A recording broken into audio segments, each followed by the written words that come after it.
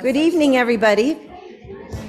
So in order to make a quorum, because I do not have one yet, I'm asking Councilor Bartley, in the absence of our council president, to join us. So in the interest of all of you being timely for our meeting tonight, we can get going and you can begin your presentation. I do expect Councilor Jourdain momentarily. I know he was the maker of. Oh, he's on Zoom? Yep. Oh, okay. I'm Madam Chair, so am I. This is Councilor Maldonado Velez. Oh, thank you, Councilor Maldonado Velez. Okay. Thank you for your offer, Councilor Bartley, but we now have a quorum. Okay. Oh, thanks. So that being the case, I'd like to call this meeting of the Ordinance Committee to order at 6:35, Tuesday, December 12th. I'm Linda Vakin, the chair. With me is Councilor Cocaine Givner. On Zoom, we have Councilors Maldonado Velez and Councilor Jourdain. Because we are hybrid, I'm going to read a motion in relative to taking orders and motions. So the motion is that we will take a roll call vote that for the purposes of this meeting would be applicable to all motions to remove an item from the table, place items on the table, open a public hearing, package items, or suspend the rules unless there is an objection. So is there a second? Second. So all in favor on this? Councilor Givner? Yes. Councilor Vacan, yes. Councilor Maldonado Velez? Yes. Councilor Jourdain?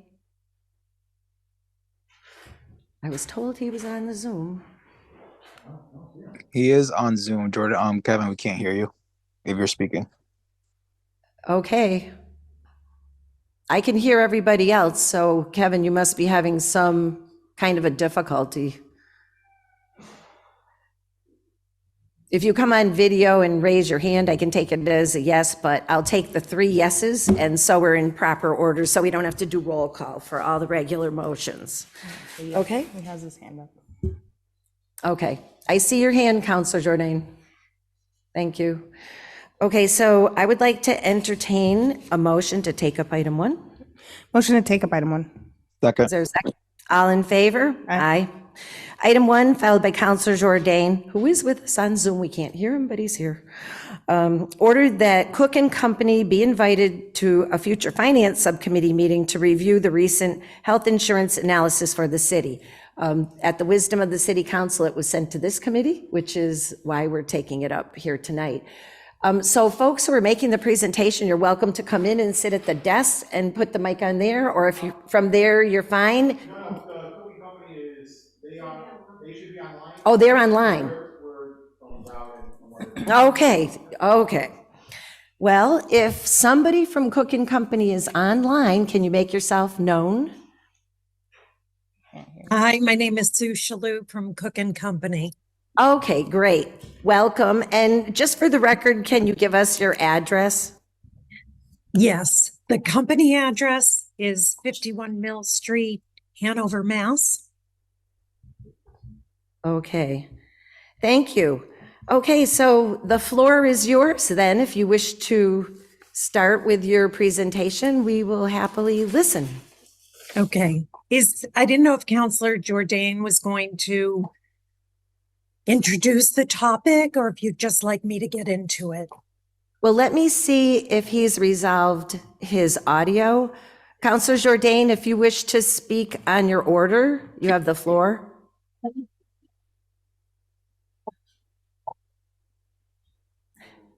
Madam Chair, this is Kelly Curran. I can also speak to it a little bit if you wish. Okay. Kelly, that would be great. I just think Councilor Jourdain's having some technical difficulties at the moment. Thank you. You're welcome. So when I first started, Mayor Garcia, Councilor Jourdain, and I got together to talk about possible options to save the city and employees with health insurance costs. And, you know, we explored the idea of several things, GIC being one of them. Self-funded was not a huge topic at the time, but recently we found that it might be a good option. Our current brokers who are there in the chambers tonight to offer support and answer any questions if you have them after Cook and Company's presentation presented us with self-funding about a year and a half ago. And we actually got a grant that provided support to pay for an independent analysis. So we took advantage of having someone that is outside of Holyoke to give us that. And it aligned with the broker's recommendation. So we thought it would be helpful for Sue to come in and present to everyone. Okay, thank you very much for that overview. Okay, Sue, you have the floor, and then we have folks in chambers who will also help out with any questions. Thank you. Thank you. And I do apologize. I have a little bit of laryngitis, so hopefully you can all hear me. So, sorry to interrupt you. I'm getting texts that people cannot hear, like who are watching the live stream. And I also just received a text that people can't hear on channel 15. Let me check with Scott to see what the issue is. Okay, thank you. Hey, Linda, can you hear me now? Oh, I can hear you now. So, Councilor Jourdain, while they're checking on this technical issue, would you wish to also add to the introduction for the presentation? Well, only to add, I thought they did a great job on it. By the way, I'm switching laptops here, so I don't know why. But nevertheless, I did want to just say, yes, the goal here was to have a comprehensive review of our options in terms of the health insurance with the goal of saving the city some money here. And clearly, we wanted to weigh options such as GIC participation. Should we be from fully funded to self-funded? Our array of options. And we've had some really good dialogue thus far, and hopeful to get some additional insights and have a nice conversation tonight. And I appreciate everyone from both the consultant and Kelly and the mayor and all involved for making this possible. Thank you. I would note that Councilor Izzy Rivera has joined us in chambers too. So we have a full committee. Thank you. Okay, Sue, you have the floor. Okay, thank you again. So Sue Shalhoub, president of Cook & Company. Again, apologize for my laryngitis, but I think I can get through this presentation. Cook & Company, just very briefly, has been providing health plan consulting services specifically to Massachusetts municipalities since 1981. I personally have been doing it for close to 37 years. So we basically are intimately knowledgeable about the municipal world, what constraints you have based on Chapter 32B, etc., what plans are out there, and all of that. So we were really excited when the City of Holyoke decided to contract with us to give them sort of an impartial outsider's viewpoint of the current plan versus some potential plans. What I think I just want to spend a couple of minutes on is talking about sort of the market and the healthcare environment at this moment in time. The last 3, almost 4 years at this point, have been really difficult in the healthcare marketplace because of COVID. When COVID really hit, obviously it was before this, but when it hit full force in March and April of 2020, we saw claims across the board, utilization and services come to a screeching halt. People stopped getting elective surgeries. They stopped getting their screenings. They started canceling appointments, things of that nature. They weren't getting their preventive services. They weren't getting follow-up care to existing illnesses. So we saw across the board, we saw a reduction in healthcare costs. What transpired after that is when the underwriters from all of the health insurance companies in the fall and early winter of the following year tried to project out what was going to happen, they did expect to see a bounce back from COVID beginning in the summer of 21. That didn't come to fruition.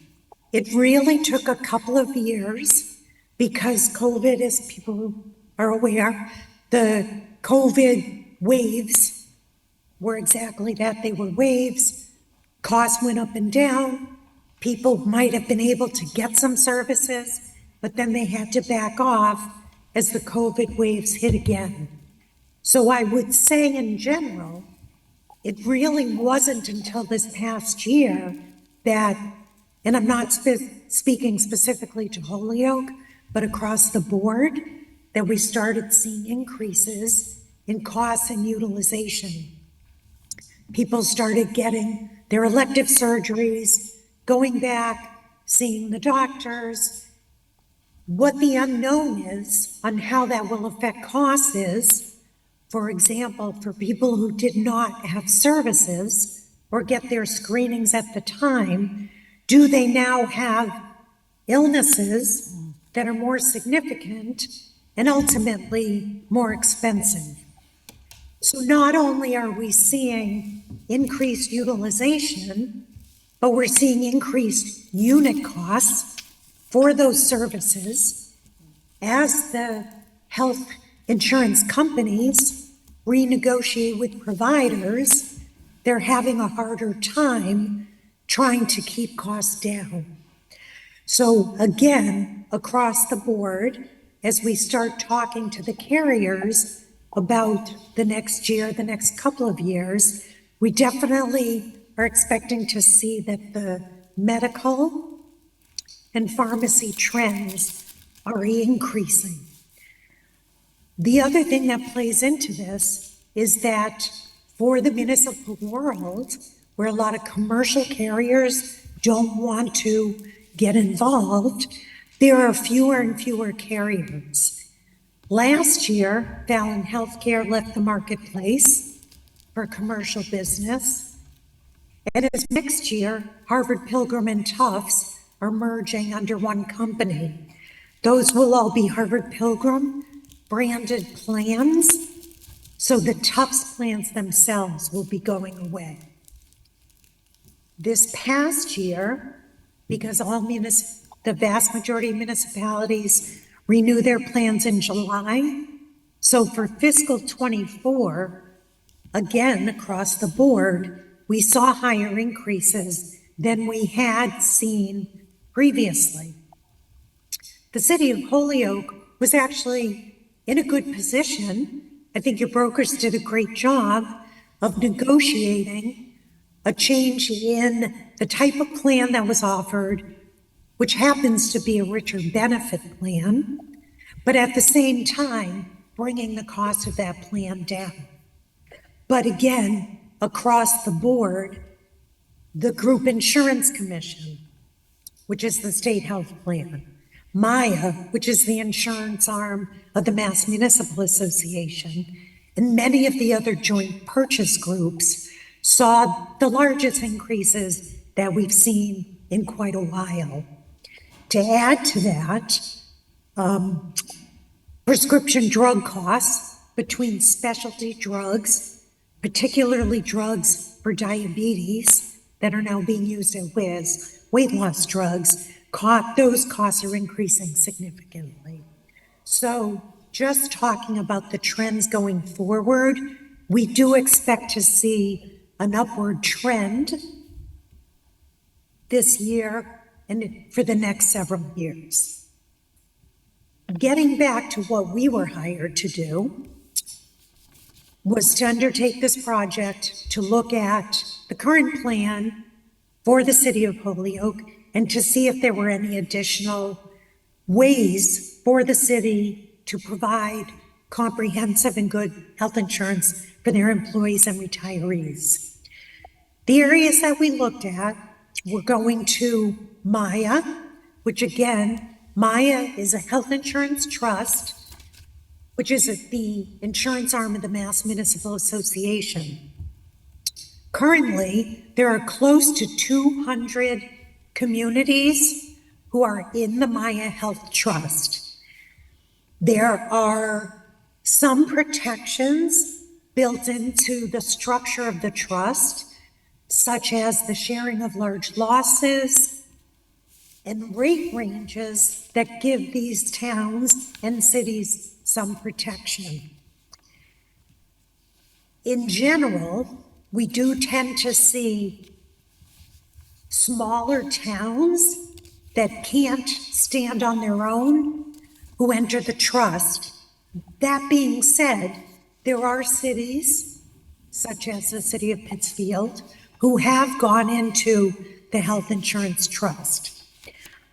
Unfortunately, when we approached Maya, they looked at the claims experience of the city of Holyoke, as well as your existing rates, the plan design, and the size of your population, and they declined to provide the city with a quote. Part of that was due to the fact that they were absorbing quite a few smaller towns and really just didn't have the capacity to bring on a larger city. However, in past years, apparently, the city of Holyoke had also contacted Maya for a quote, and they had previously declined. So that does seem to be the trend between Holyoke and Maya. The other group that we took a look at was the Group Insurance Commission. The Group Insurance Commission is a health plan for state employees, as well as participating municipalities, and municipal entities. Right now, my company has worked with about 15 communities who are either currently in the GIC or previously have been. We have several communities who actually have gone into the GIC and then have come out of the GIC. I would say for the most part, our clients who have gone into the GIC have remained there because the reason they went in is because there was a cost savings initially.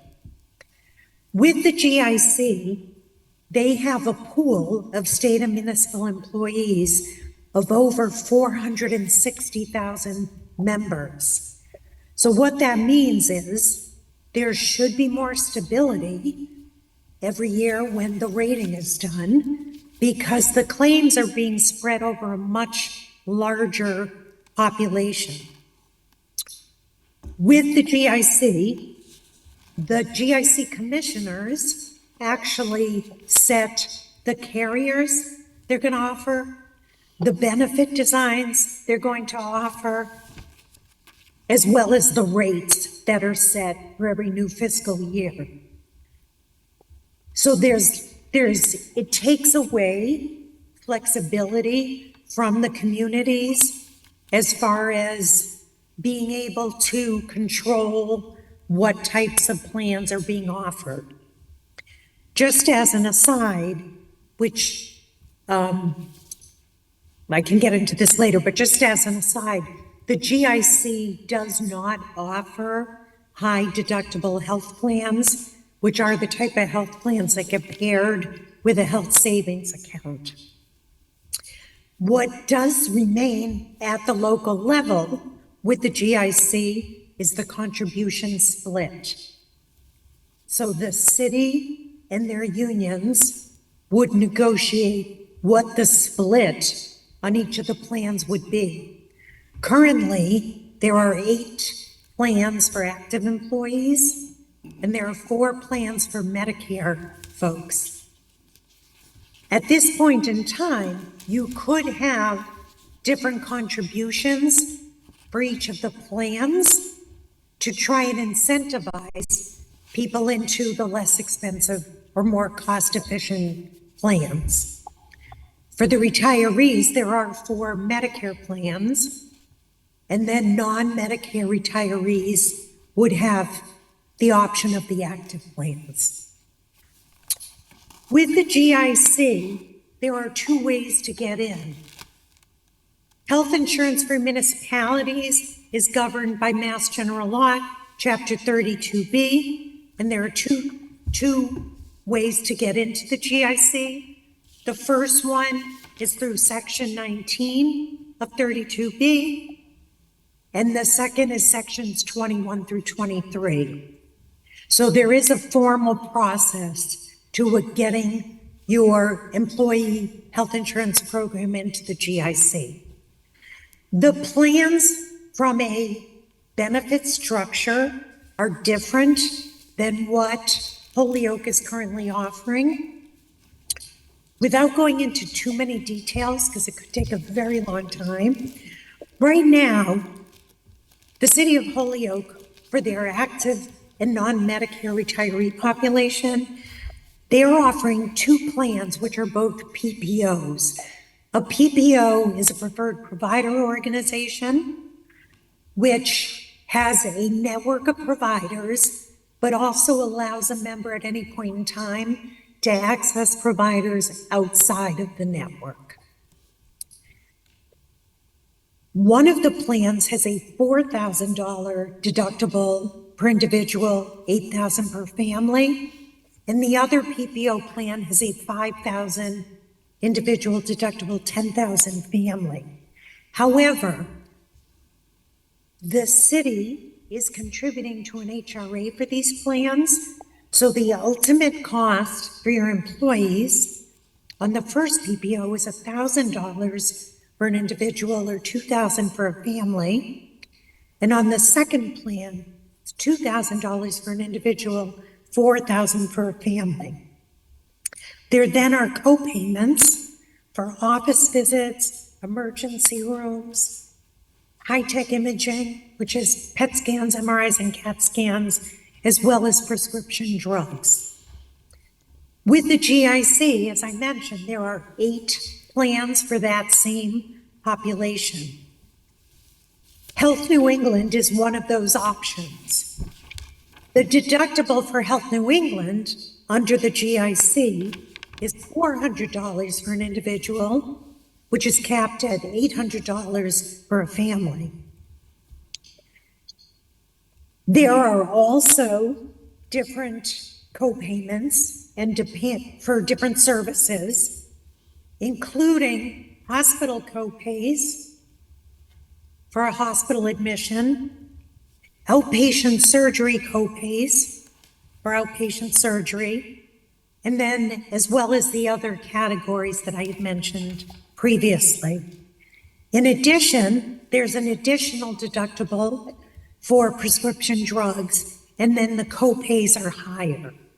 So what I'm just trying to stress here is that it's not an apples to apples comparison.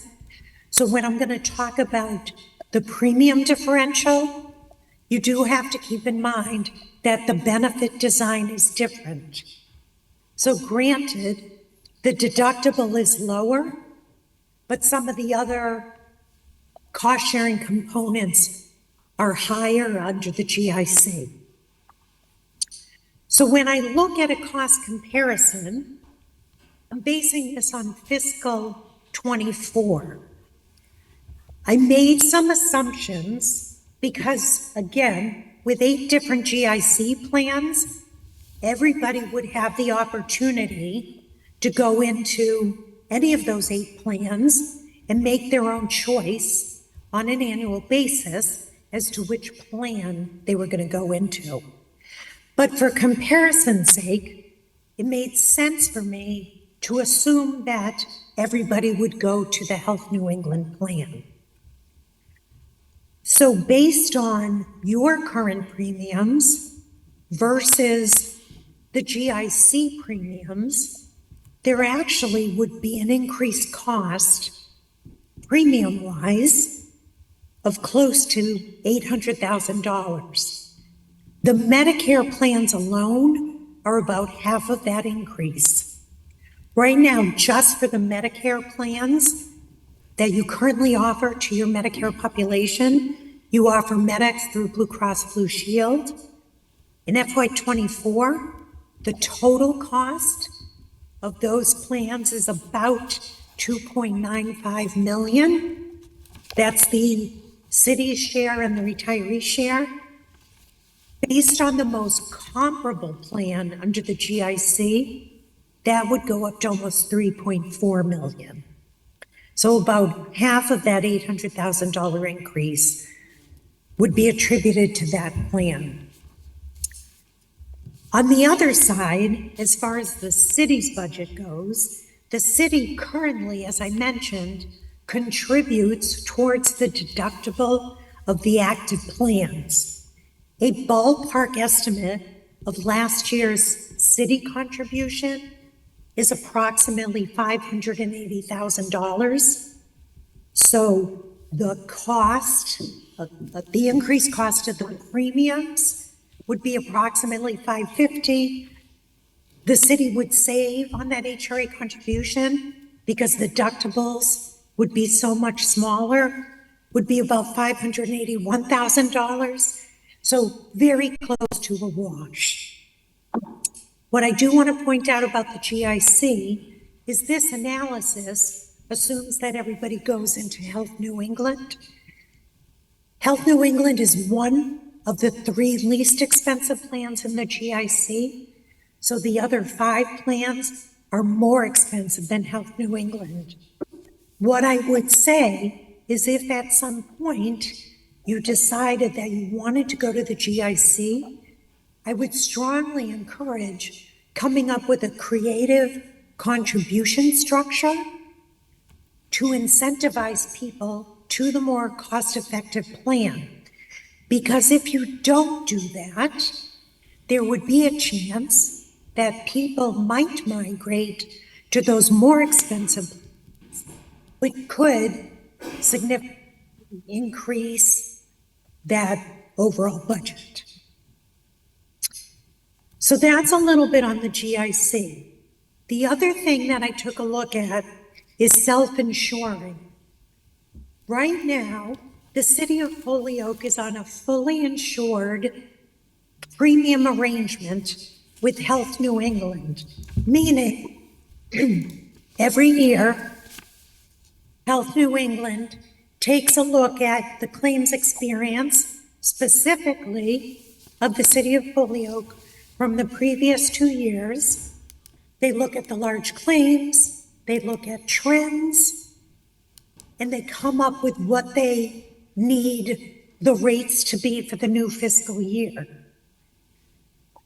Regardless of what happens during the year, you will pay those premium rates every month for every contract that you have.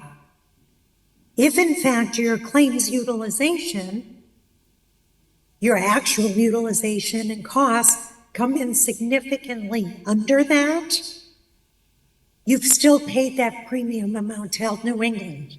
Conversely, if you happen to have claims in excess of what they had projected, you're still for that year only paying the premium that was set at the beginning of the fiscal year. So there is stability throughout that year. When that might catch up to you is the following year when Health New England goes to look at your claims experience. They will be looking at what did happen during the course of that year, and that can affect your rates either up and down the following year. The other way to finance health insurance is on a self-insured basis. Self-insuring means that you still contract with a health plan to be your administrator. You still use their provider networks, their provider contracting, their claims servicing, claims administration, their customer service, etc. But instead of billing you a set premium rate, every month, they're billing you for your actual claims. So you are going to see fluctuations in what your claims are on a month-to-month basis. Similar to the premium rate that they set.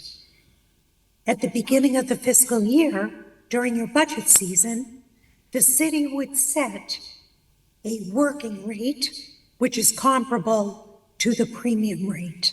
But it's a working rate because it would be a self-insured plan. So instead of paying those rates, the working rates, to Health New England or to your carrier, you would be paying them into a health insurance trust fund within the city. So very simply, you would pay all of your contributions, meaning the employee and retiree contributions, plus the city appropriation, into the trust fund, and then you would pay all of your associated costs out of that trust fund. The associated costs basically would be your claims, the administrative fee that you pay to the carrier, and then you would also purchase some type of stop-loss policy. What the stop-loss policy does is it protects you from large claims because you're self-insured. So just as an example, you might purchase a policy that's a $200,000 specific policy. What that means is that this policy would cover the city or the trust fund for any claims per person per contract year in excess of $200,000. So that protects the self-insured plan. When those recoveries come back from that stop-loss carrier, that money would go right into the trust fund to offset the claims that had already been paid. As part of the analysis, I took a look at 2 years of claims specific to the City of Holyoke and did what I call a mock cash flow analysis. That's basically taking a look at, for a 12-month period, and just so you know, the 2 12-month periods we looked at was December of 20 to November of 21. My dog is trying to join in. And also December of 21 through November of 22.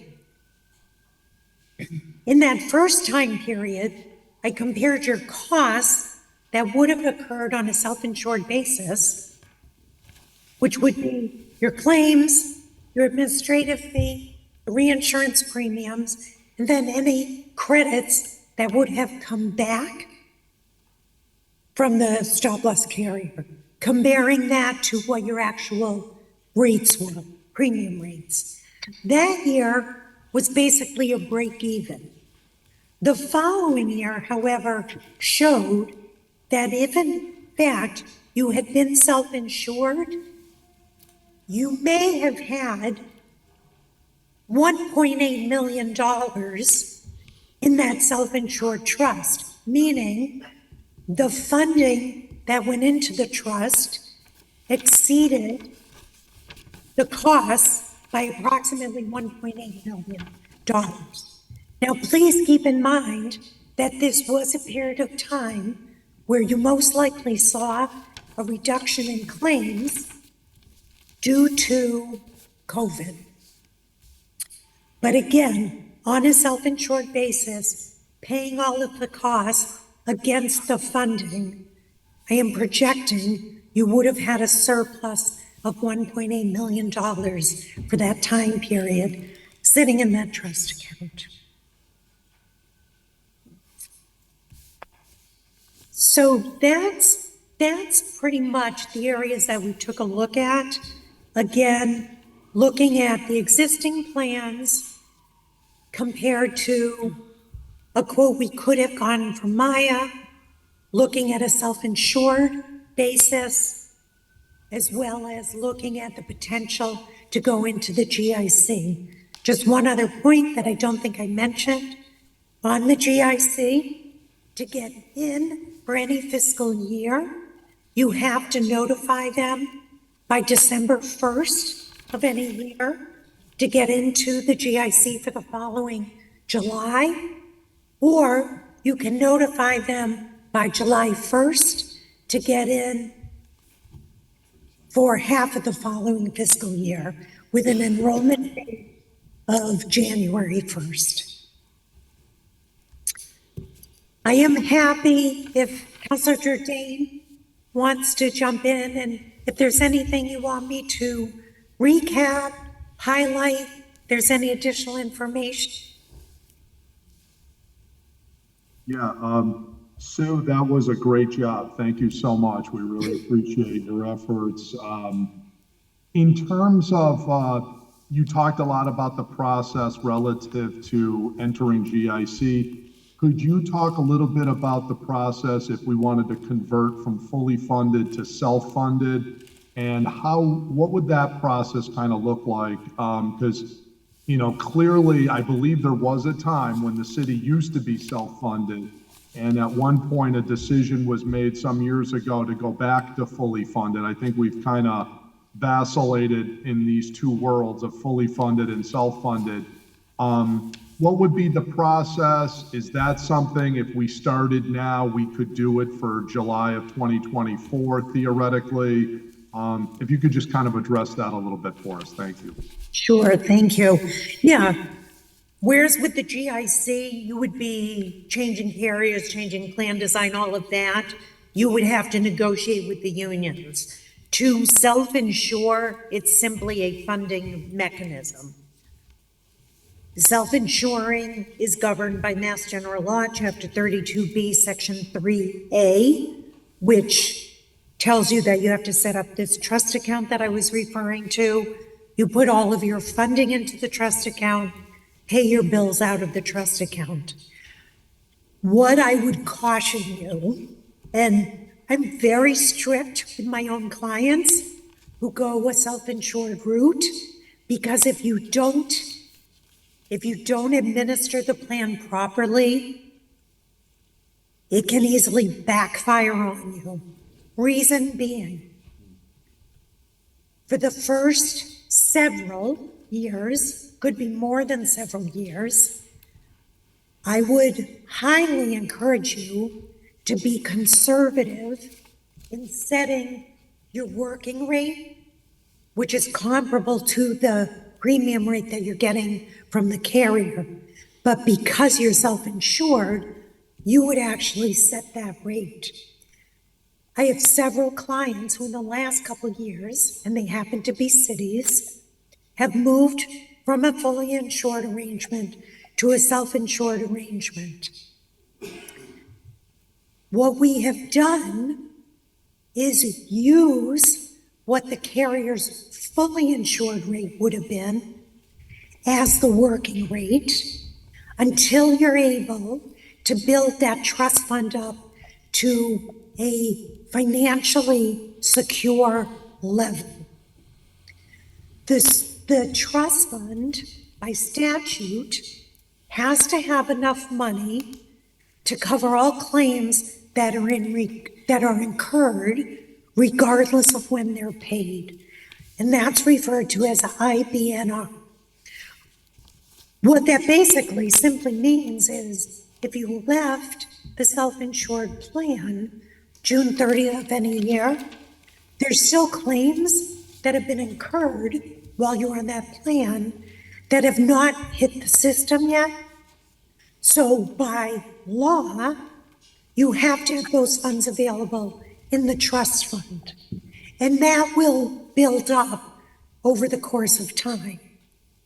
To be financially responsible and to make the trust fund so that you can weather the bad years, we always recommend that you have some multiple of that of the incurred but not reported reserve. Whether it's 3 times or 4 times, that's a policy that the city should set. The reason I say you really should be conservative and take it seriously in those first several years is because if you go to a self-insured arrangement simply to be able to cut your rates and underfund where you think you should be funding the plan, you could get to the point where not only do you not have ample reserves to weather those waves of claims, you may not have the legal reserve requirement for the incurred but not reported reserve, and let alone enough money to pay your claims. So, in a nutshell, you would work with your carrier, excuse me, get their projection of what claims should be, find out from them what their what their administrative fee would be to run a self-insured basis. You would get stop-loss insurance to protect you for the large claims. You would set up the trust and say your working rights. Thank you. That's a great answer, and I always love the advice of be conservative. So I firmly believe, especially when it comes to these type of things. And so as you've kind of looked at it, you know our situation. Kelly, you've obviously looked at our situation, and the mayor and all involved and our brokers. And do you have a recommendation for us as a city at this point? And then the question is, if the answer is yes, we should go towards self-funded, because I think we've decided that despite our hope, we sort of, the original discussion was, okay, if we stay fully funded, is it GIC? Is it our stay as we are? And the question is, this might also protect us against some of the increasing cost inflation, also with the self-funded as well, potentially a little bit too. Is there a recommendation from the leadership in terms of what direction we should go and the timeline to take us there? What's the prevailing recommendation of the leadership at this point? And excuse me for a moment, because I just do want to note that Mayor Garcia has joined us in chambers, and I neglected to mention that earlier. Yeah, I would love to hear from if the mayor wants to share his perspective too, but interested, because this is a lot of great work was done here, and I'm just kind of looking for, next steps. I can speak to that, Councilor Jourdain. Thank you. Sue, thank you very much. You did a great job. Oh, you had your hand raised. Did you want to say something before? The only thing that I was going to say is, if it's something that you're interested in, I think it does make sense to chat with Health New England, get some updated numbers, because again, the time period that was part of my project was really during the height of COVID. So to make a final recommendation to the city, I personally would want to look at some additional data from Health New England. But that being said, the city has 1,200 people on their active plans. That certainly is an appropriate sized group to self-insure. Thank you. Thank you. Thanks, Sue. I want to mention Section 19 has been very involved in this process, and part of when we were procuring a consultant to do the analysis, they helped choose Sue's company or cooking company, and they are on board with possibly exploring self-funding. And some of them might be watching or in the chambers right now, I'm not sure.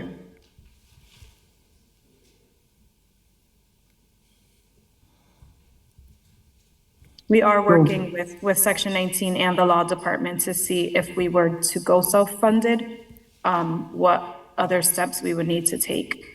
It's not as complicated as if we were to move to GIC, because Section 19 is on board.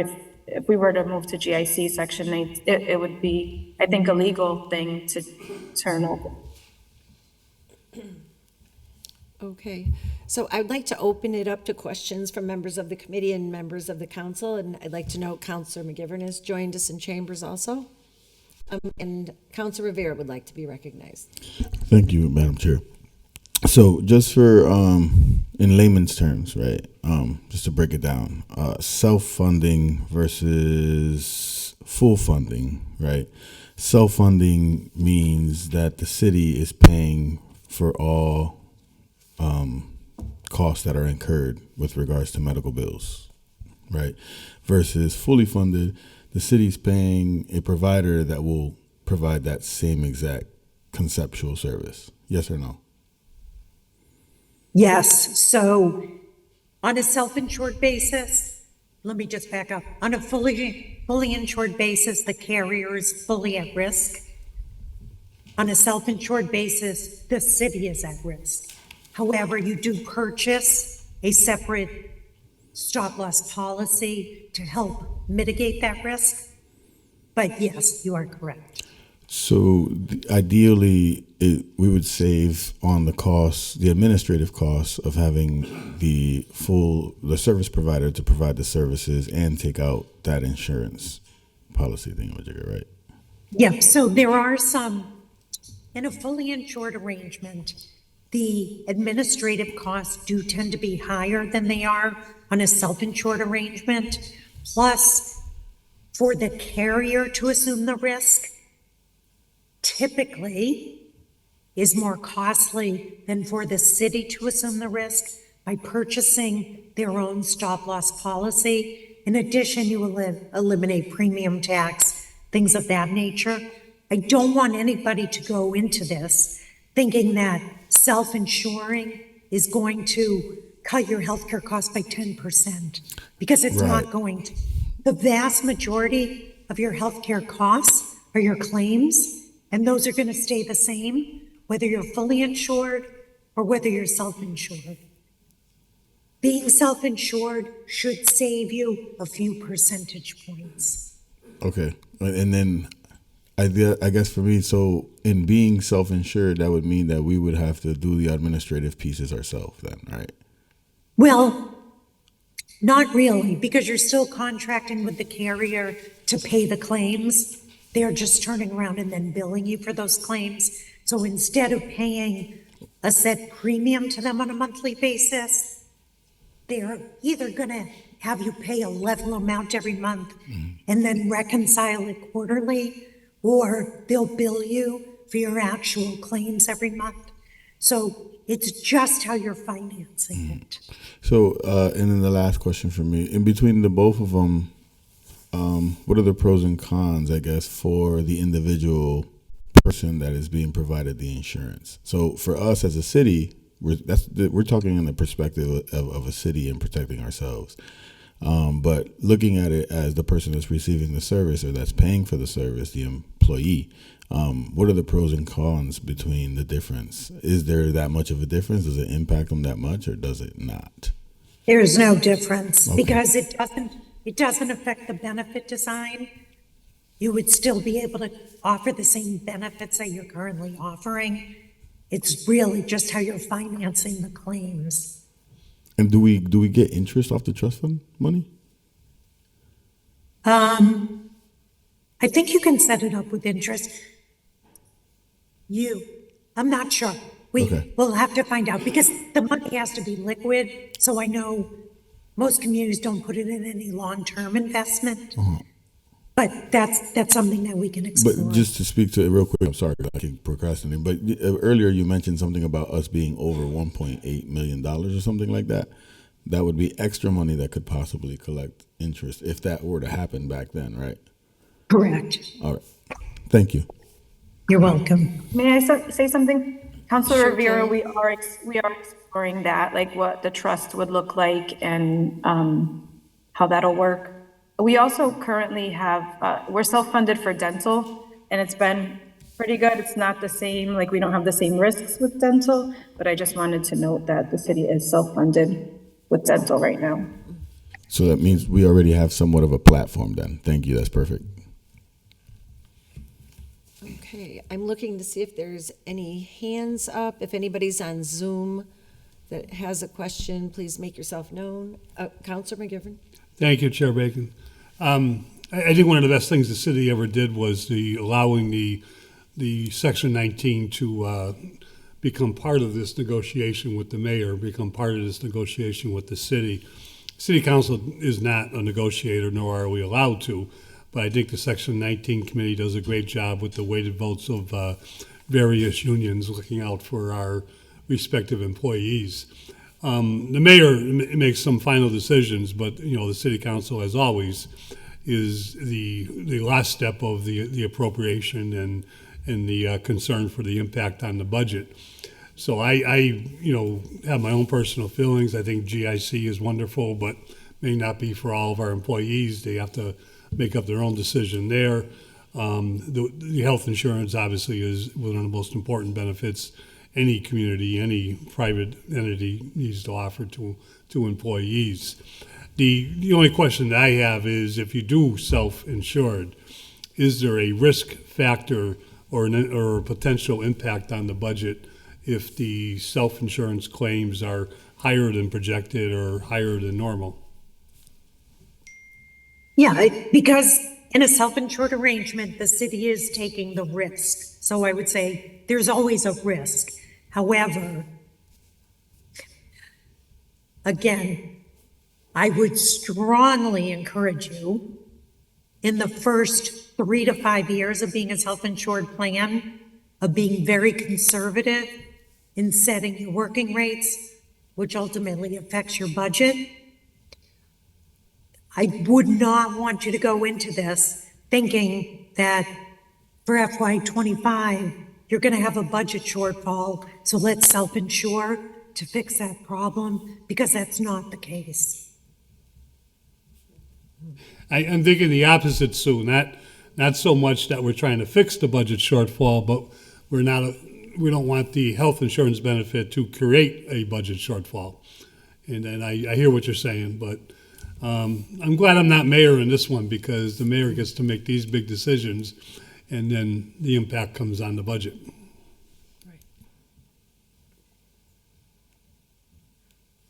Does anybody have any questions for our brokers who are here tonight, making themselves available, if anyone does? I have a question if nobody else does. Councilor Jourdain? Yeah, just, I'd love to hear, the mayor's perspective, kind of where his head is at now with the self-funded, if this is the direction we're going. Number two, to Sue's point, do the brokers think we can get that extra year of data, through the end of 2023, and, continue this analysis and, where are we going? Like, what's, again, coming back to action steps, where do we see this going? Thank you. Mayor Garcia? Good evening, everybody. Good evening. Yeah, as far as process and timeline is concerned, we're currently at the end of, I guess, what we can call the exploratory process. I think ideally what we achieved here is we brought the stakeholders together, including our Kelly Curran from our Personnel, Section 19. Members of Section 19 are here. They'd be more than happy to come up and speak and share a few words. Councilor Jourdain representing the council, and also brought very good, valuable perspective to the discussions. Engaging these various stakeholders to come to a conclusion and present this to the council, see what the consensus is here, gather some feedback that you might have in these discussions as well. And what I'm looking for is just a final recommendation from the committee stakeholders to just say, hey, we've explored the options and we feel confident in moving in X direction. Originally when we were exploring this, like you've heard tonight, we were looking forward for Maya and curious to see what that would bring, but then they didn't offer anything. Then there was a point where we thought that there was going to be a big savings with GIC, and we've explored that further, and the hired consultant helped us understand that a little further and realize, that it wasn't necessarily the situation. And now this self-funding proposal came forward. So really where we are is just, again, getting the consensus of the stakeholders, and waiting for that final recommendation from the committee so that we can engage in what the next steps would be in that transition. But again, Madam Chair, members of the Section 19 committee are here. If you Sure. want to let them speak, I'm sure they'd love to say a few words. Sure. So yes, I would like to open it up to our Section 19 rep and to our brokers for comments. I do want to recognize Counselor Givner as she has a question that she wanted to bring forth. Thank you, Madam Chair. I just had a quick question about like the administrative costs of implementing a self-insured plan, and how many people that would take. Like, would we need a whole nother department to deal with the health insurance? Just curious. Thanks. I think, as Kelly said, because you're already running a self-insured plan on dental, it's familiar to the city. Because you would be managing an account. I'm not going to say that there's no work involved, but, you know, it's not a significant burden. Thank you. And did you want to Yeah, weigh in? so I'd add to that. Steve Corbin from the Dowd Agency. I'm one of your current brokers. So I want to reference Councilor JOURDAIN's question regarding claim data. That data we already have through fiscal 23, so end of year data. We've done the analysis on that as far as kind of taking next steps. And we actually have a meeting for next week, correct, with the Personnel Department and the City Treasurer to kind of discuss what that data looks like and whether or not, you know, it continues to support seeing, you know, excess claims activity throughout the course of the year. And to talk to Councilor Givner's about the additional administrative, I would say that there is always going to be an additional administrative burden on the city when you're moving from a fully insured to a self-funded, because there is the maintenance of a trust fund. So there's going to be a little bit more administrative on that, as well as how the claim payments are made, depending on which third-party administrator, which carrier you utilize to do that. There could be an uptick in administrative on that, but these are all conversations that we've had with Ms. Curran and her staff to keep them up to date regarding what that may look like from an administrative perspective. So I don't think it's anything that they're thinking at this point in time would be overbearing, as well as there are two brokerage firms that support the city on any given day. It's myself and Maureen from Weber and Grinnell.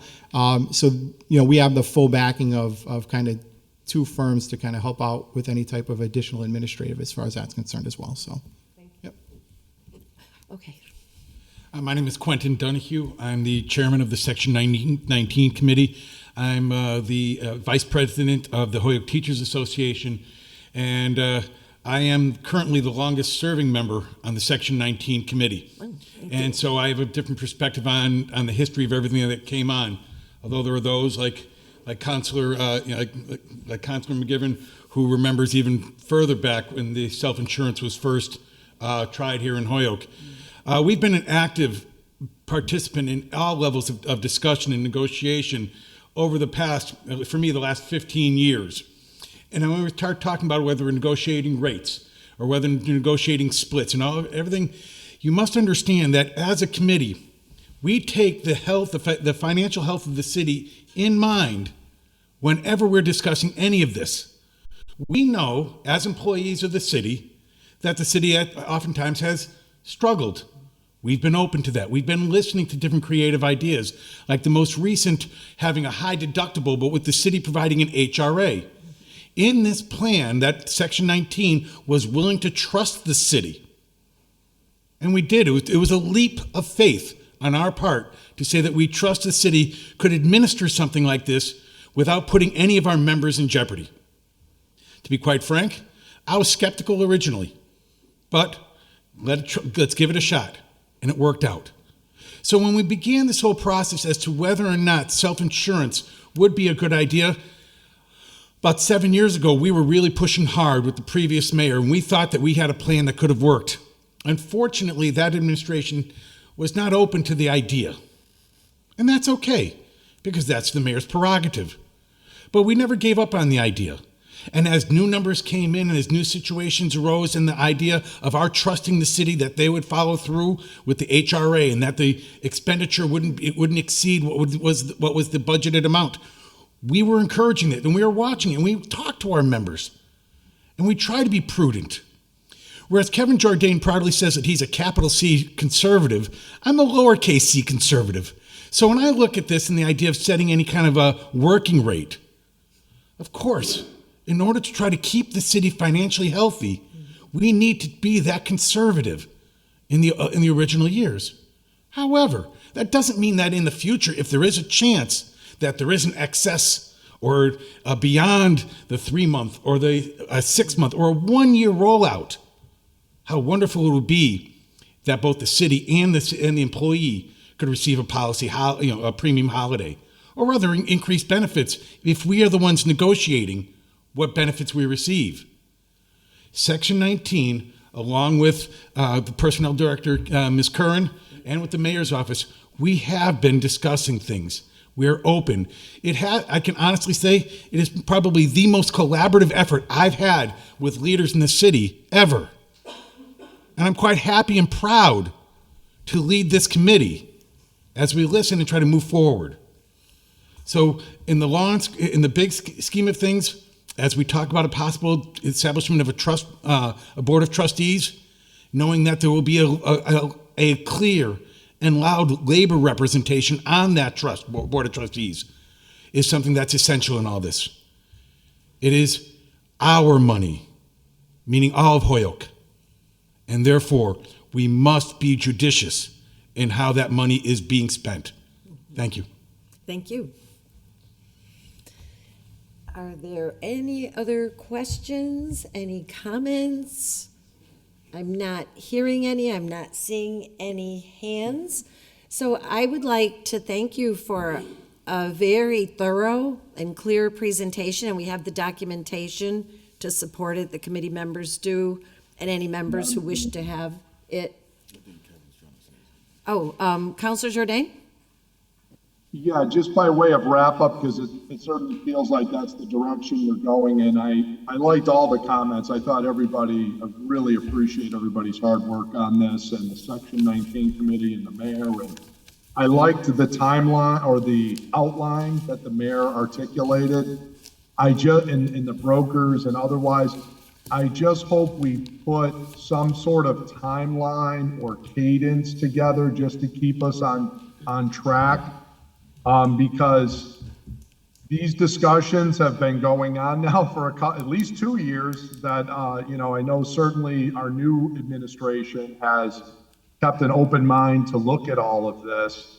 But at some point, we got to make some decisions. And whenever we get a lot of people heard from and we operate in a city environment, sometimes we don't come to ever a conclusion.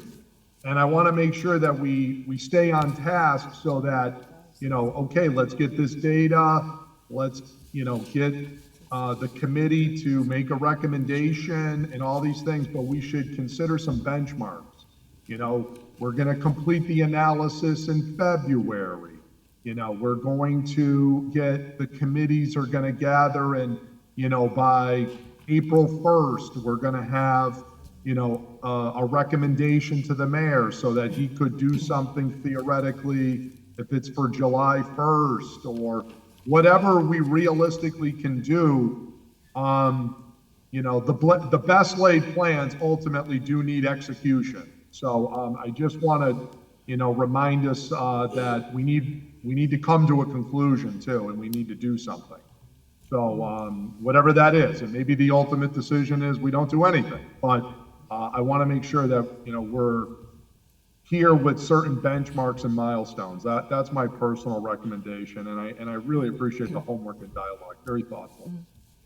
Thank you, Councilor Jourdain. So I guess I would just like to put out there to everybody who's present, if there is a reasonable time frame, I'm sure Councilor Jourdain or I would be happy to file an order to be sure that we can come back together to get an update, not to put pressure, but I don't know if 3 months or 6 months is a reasonable time frame to set for a further update. Quentin Donahue, the Section 19 chairman. As soon as you guys get going on this, we are eager, anxious, and desirous of getting this set up so we can have everything go good for July 1. So with the trust account and everything else going on from that point on. Okay. So I mean, really, it is. I would then to the mayor or to the city solicitor as to what is the next step. But as far as on our side of the street, we've been chomping at the bit. Okay, thank you. Mayor Garcia.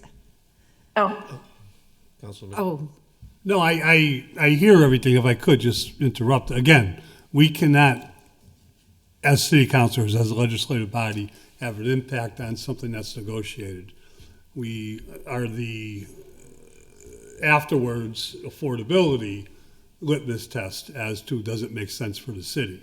I like a lot of what I hear about DACA, and I respect the Section 19 committee. I respect Mayor Garcia.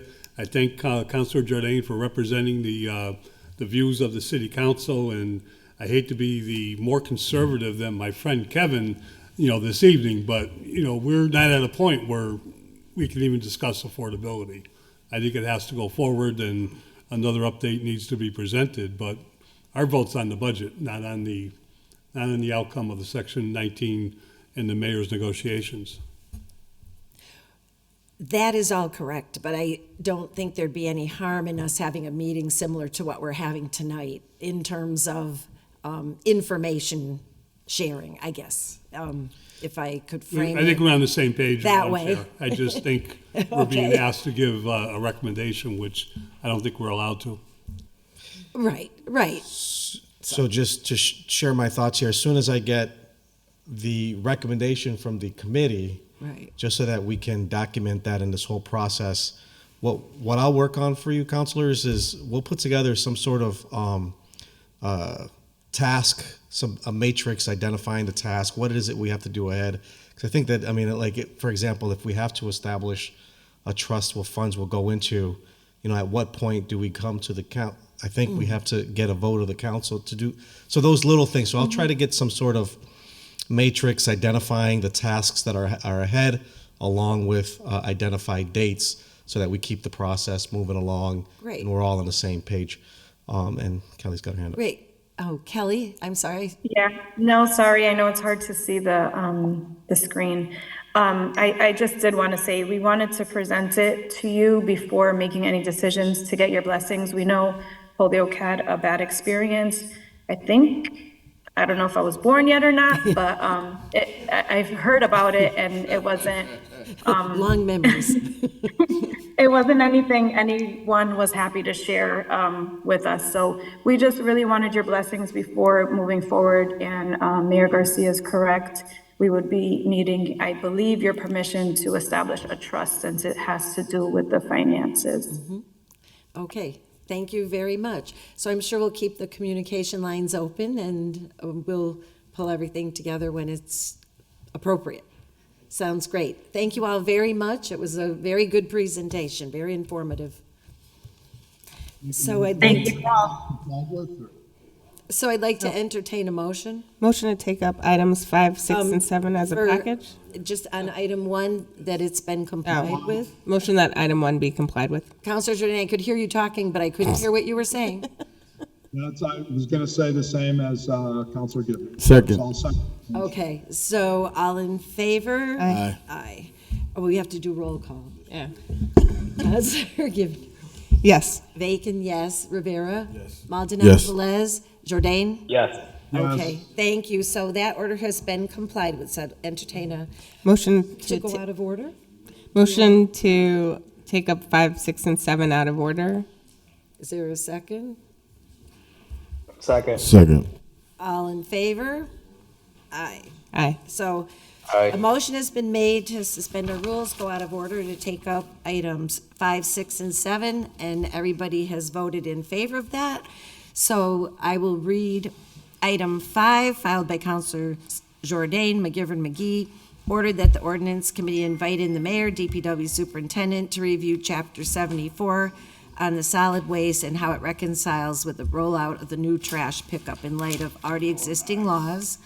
Item 6, that DPW and the Law Department work with the Ordinance Committee to invoke some flexibility, filed by Councilor Bartley, to invoke some flexibility in the new trash bin program For example, to allow single-family reasonable to apply homes to apply for more than one 96-gallon bin so long as the homeowner's request is reasonable and justified. Item 7, which came back to committee from City Council at our last meeting, to update the receptacle ordinance to reflect under Chapter 74, Section 2, rubbish receptacles, the 96-gallon rodent-proof, waterproof, and that the language further goes on to say that additional containers are not available and cannot be acquired. Lost or damaged containers must be purchased from the city DPW by residents at the current rate. A smaller receptacle may be available by request. Considerations are made on a case-by-case basis and depend on need as determined by the Disabilities Commission, senior advocate, personal or health advocate as a question. 3, should the number of containers necessary to contain all refuse at a given residential location exceed 195, which is an edit to 96, gallon receptacle on a weekly basis, the superintendent of public works will have the right to require the property to utilize an alternate method of collection. So we have 5, 6, and 7 before us. We have the draft ordinance that was sent to the council, which is essentially what I read. And it did get sent back with some concerns about having a little bit of flexibility and some further clarification. As an example, for the opportunity of people to access a 35-gallon container, which we understand is available, and a couple other concerns that I'll let the people that brought them up at council speak to. So I appreciate you being here. Sorry for your health matters that kept you away last time. I hope they're better. And I guess what I'd like to do is give Carl the floor just to maybe go over this ordinance and some of the feedback that we received. Thank you. I appreciate the time. We do have availability for 35-gallon totes for seniors, for disabled people, for row houses that are at the Center Street by DPW, because it is with the understanding that they can't have a place to store them. They actually roll it out from the inside of the house out to the curb. Well, I mean, if they want them, so, I mean, there were some concerns regarding that. We also have a 64-gallon tote, just in case maybe 96-gallon is too big for them, and they want a 64-gallon tote. But the whole purpose of having one per household is to reduce waste and promote recycling. Just for the fact that the month of October, we've seen a decrease in cost of our recycling costs from $14,000 to $7,500 per month. And we just saw another one this past month. For the month of November, the recycling costs ran down to $5,000. Now, I haven't seen the total invoice yet to compare tonnage from year by year, but we're seeing more positive changes with the dual stream, since we implemented it back to what should have been in the first place. Right. And we appreciate that. I think we all agree on that. Yes. I mean, I know the council is very big on that. But the thing is to promote recycling. And I think I sent an email to Jeff to distribute from Susan Waite, who's from the Mass DEP. Oh, yes. And she explains, the 96-gallon tote is more than generous for residents. And what the costs are regarding, tonnage and having a 96-gallon versus 34-gallon sells everything that short. The bigger the container, the less recycling you're going to do. So that's what it comes out. So I have some numbers just to talk about. As far as for last fiscal year, total tonnage of recyclables and municipal solid waste was 9,600 tons, approximately, a ton here or there. I'm not, I'm just rounding up. As far as municipal solid waste, trash, and it was about 82 1,250 tons. Of recyclables, it was 1,350 tons. So our recycling rate at that point is 14%.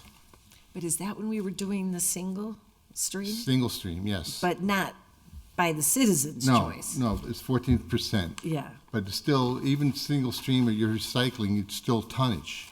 right. So you would think it would be more tonnage as single stream because everybody's putting it into one Oh, okay, I container, take your right? point, yep. But that's a 14%. The numbers I got from Susan Waite late this afternoon, from where she got it from the U.S. EPA website, the U.S. recycling rate average is 32%. So we have to find out ways to do more recycling and less trash. And if by giving an extra trash can, it's not going to promote recycling. So, I mean, and that's where I stand on that. As far as, like I said, when we did the rollout, everybody gets a 96-gallon trash can. That way, give them 90 days, they get used to it. They call, they said they needed a smaller trash can, we put them on the list. What we did at DPW, we encouraged people to come in and take a look at the trash cans. We had a resident today come in, all 3 trash cans were laid out in the hall. They see a 96, 64, and a 35. She wanted a 35, it says, we'll put you on a list and we'll go out there and swap it out for the residents. Which I think that's a great option, because some people just were having a hard time managing that. Counselor Fair, did you want to be recognized? Yes, thank you, Madam Chair. I guess, thank you for coming out and putting out some of the numbers, because that's some of the questions I had at the last meeting, but you weren't able to make it on. Hopefully everything is better now. And I think ironically for me, like the email came in today that I saw that you sent, and I'm driving down Brown Ave and I see a house with like somebody moved in, and like you can see like maybe 25, 30 bags outside the front of the house. And I'm sitting here, I'm like, is somebody gonna pick that up? Are they gonna get fined? Because it's wild. It's probably like 25 bags in the front of the house, and at the same time, there's furniture. There's a whole bunch of stuff out there, and that kind of speaks to the point of we're doing one thing, right? And if we want to continue to do one thing good or consistently, I feel like we have to continue to support you in the role in what you're doing, right? In the rollout. Preferably, I wish that the gallons would have been dedicated to recycling first, because then we could have been attacking recycling first, right? But that's not where we're at today. We're at where we're at. It would be good. I'm glad to hear that there's the option for the 35 and for, what's the other size? A little bit bigger? 64. 64. So I'm interested, though, in something that Councilor McGivern brought up the other day at the council meeting, which is what happens when it fills up or is too full? What is the next step, right? Like if the bag is too full and people, I mean, are they throwing another trash bag and putting it on the side of the barrel and we're still picking it up? We shouldn't be picking it up. Even though our ordinance as current is, it has to be in a container. It has to be in a container. So I guess for me, it's what is the next step for that piece, right? How are we going to solve that issue? Like I said, 96-gallon container is more than generous, according to Susan. I'm with you. But there's still going to be people that are going to put that extra bag out. So what are we going to do? Have to tag them or fine them, or we won't fine them. Okay. You know, we'll just tag them and let them know to bring it in and put it out for the next garbage. Because I'm okay with, I mean, some people will be upset, but I'm totally okay with, hey, I'll purchase another bag to put that bag in a bag. You mean pass as throw? If that's what it's called, right? I'm okay with doing that to be able to mitigate and also subsidize some of the costs that would be incurred for me throwing the extra trash that I'm throwing out. But the one reason why we want to put it in the containers is just to keep the bags off the street. Totally agree, 110%. And you see a big difference in the way the city looks. Yes, I do. Yeah. That's why today when I drove by Brown Ave and I saw that, I was like, oh my God, like what is happening? Like we need to, but no, that's perfect. Just a couple questions with regards to thinking like a little further down the road with the other things, but this is perfect. Thank you. Counselor JOURDAIN and then Counselor Bartley. Carl, just again, thank you for everything you're doing. Appreciate it. Can you get closer to your mic? We can't hear you. How about now? That's better. Good. Just wanted to say thank you to Carl and appreciate his thorough. You're fading again How about now? for the moment. I'm speaking into my microphone, so. I don't know. But I'm reading some notes too. I had no problem last night. It's okay now. Yeah. So some of the issues that I wanted to go over with that I think we need to address in the ordinance is one, that these options are spelled out with the 35 and the 64 and then the 96 gallon barrels. And I have had residents discuss with me that those are starting to get delivered, which is great. So that's definitely appreciated. I want to certainly see that written in there. One of the things that I wanted to discuss also is this policy regarding, at what point is a family so big that it would justify a second barrel?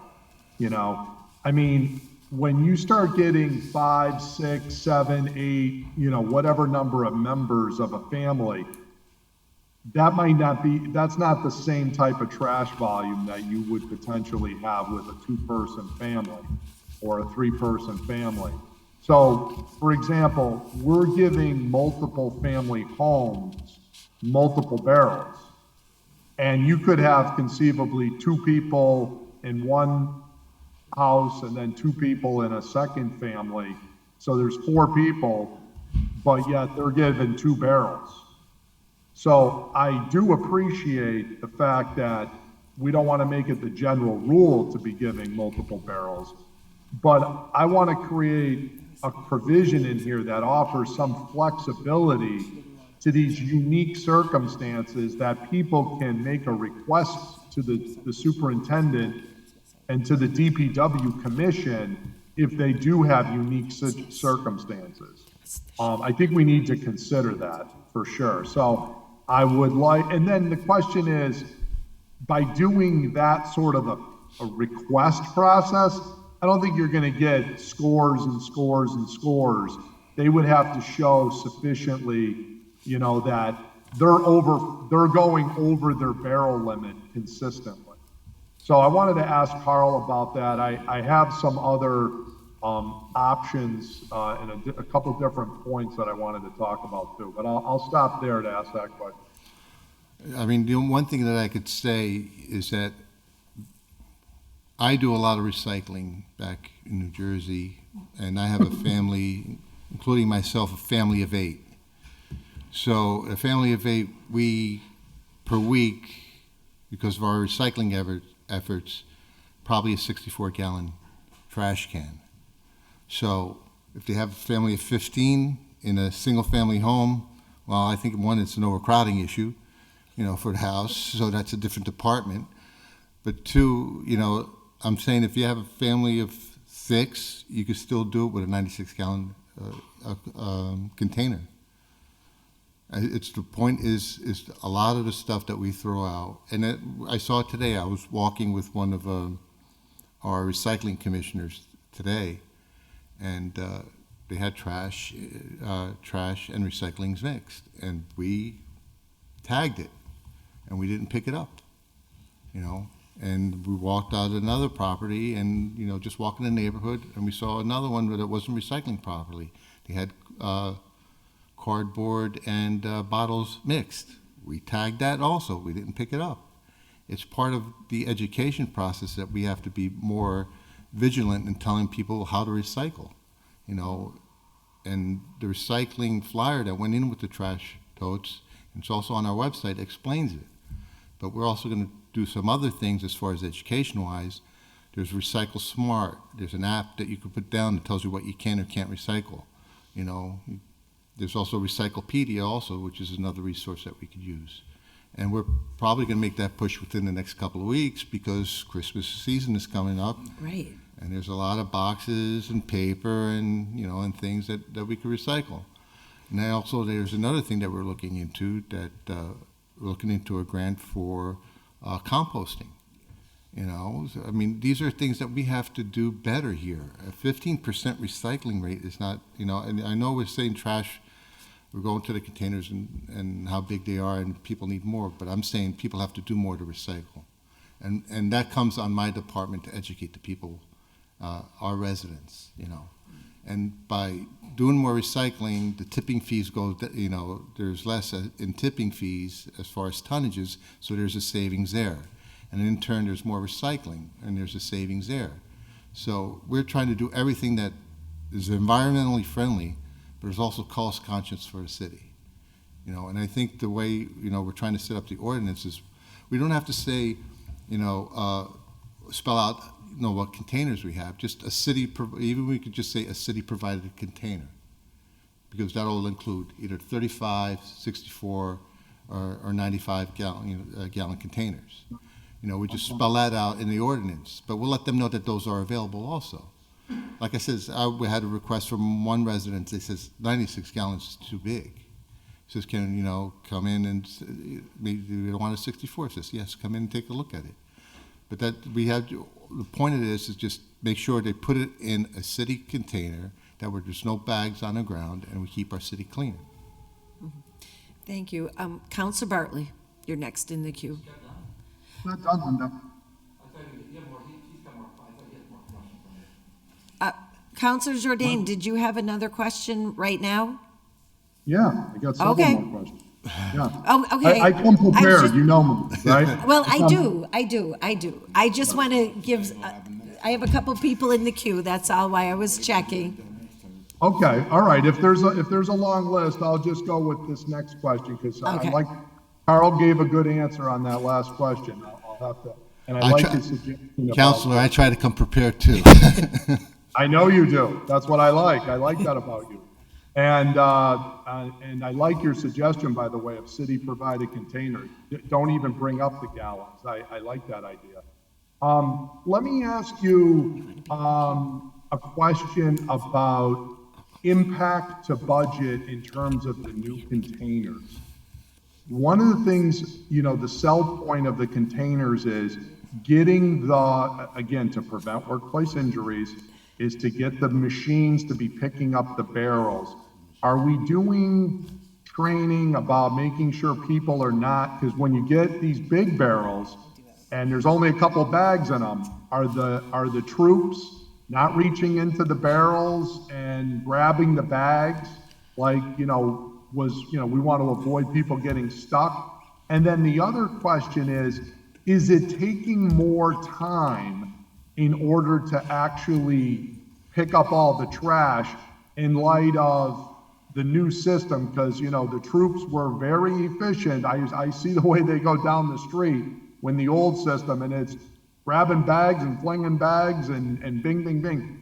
It would appear to me, just from common sense, it would be a little bit more timely to get the barrel, hook the barrel, lift the barrel, put the barrel back, all of that. And is there any impact on scheduling and overtime so far that you think? Thank you. As far as your first question, we tell our staff to use the tippers in the back of the trucks. We don't want them coming in and picking up bags from inside because of safety issues, you know. One of them is because of needles. I told you, I think, a story a couple of months ago regarding we picked up a bag and one of our employees got stuck with a needle. So we strongly tell them to use the tippers on the back, the automated tippers. As far as the new system being more efficient, I haven't seen a change in work schedule being longer because of it. If, like I said, you have everything in one container instead of 20 bags out there, it's just, it takes just about as much time. Haven't heard complaints from staff or the supervisors as far as the day being longer. Okay. Thank you. Okay, I'll come back to you for more questions after I go to Councilors Bartley, McGivern, and Givner, okay? Okay. Councilor Bartley. Yeah, Carl, this is always going to be through the chair, okay? So I don't have to keep saying it over and over. Sure. First off, since you what was the address where the needle happened, and was that brought to the attention of the police? That's the first time hearing that. I have to find out, I have to talk to Well, okay, then I hope we'll have a follow-up on that, and the address is pointed out to the police department and to Tapestry, whatever their name is now. So, okay, to say that you're all in on recycling, that's music to my ears. So that's great news. So I have 3 bins.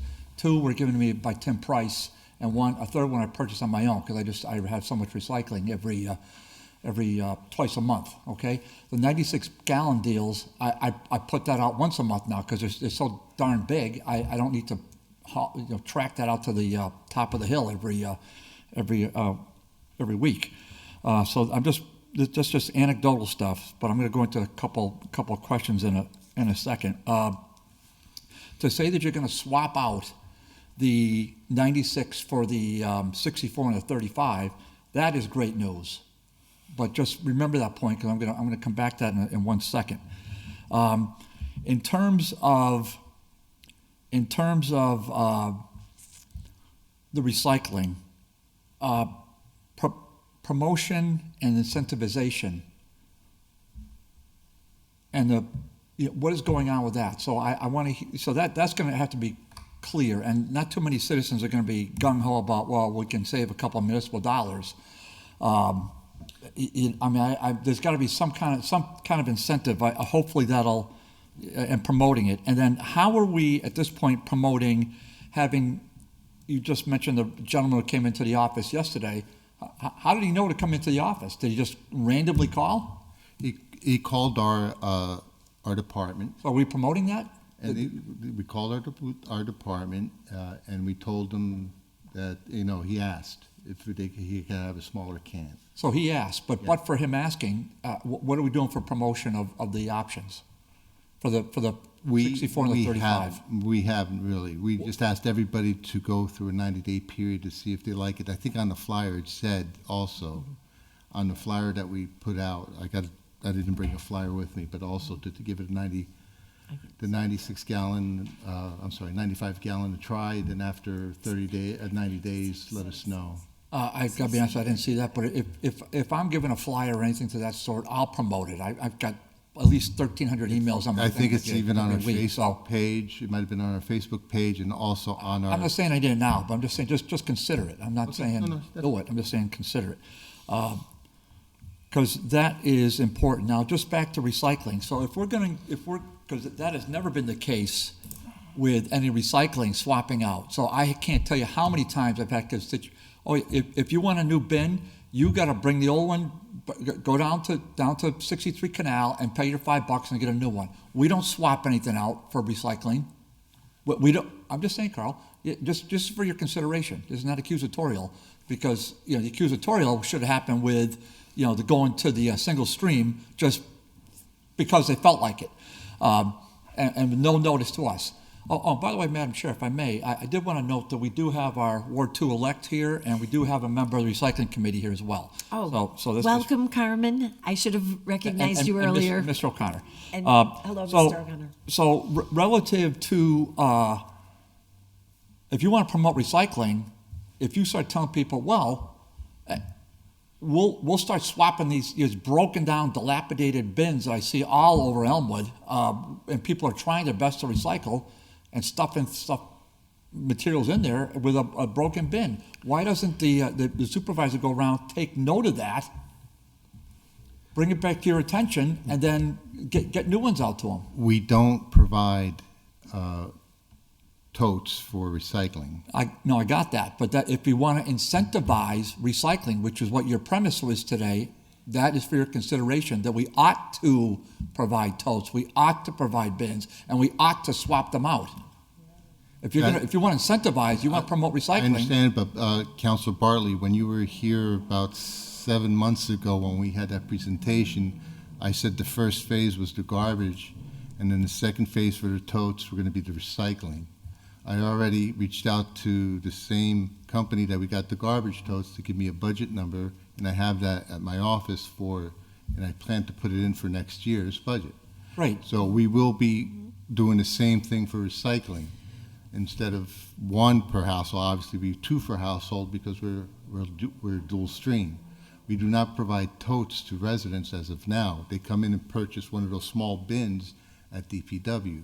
What I'm saying swapping out the garbage cans is because they have a need that, you know, either it's too big for them or they're handicapped or elderly, and then we'll go to their place and pick up the old garbage can, and not the old garbage can, but the 96 gallon, and we'll swap it up with a Right, so I'm getting a little far afield on the recycling, I get it, but it's because this is for solid waste, I do get that, but you're the one that brought up, and I'm glad you brought up the recycling part. Yeah, So one has, you know, one is correlated with it's obviously they go hand in glove, I get that. So just to summarize, I would hope that we can get something promotion-wise that your department could develop. I'll happily disseminate it to everyone I can relative to the options of getting, trading in or swapping out a 96 for a 64 or 35. Plus, you're giving the extra benefit coming in.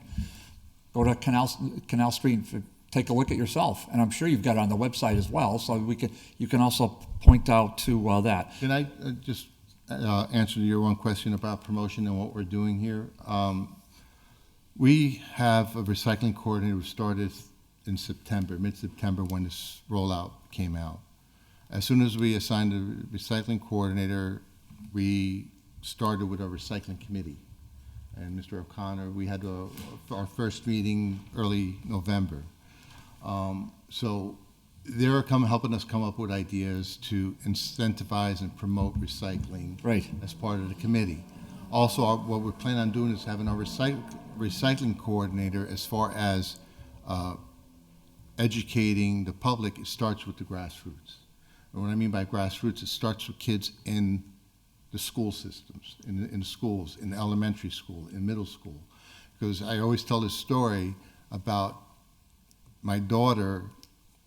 This is a different topic on water conservation. And she would tell me,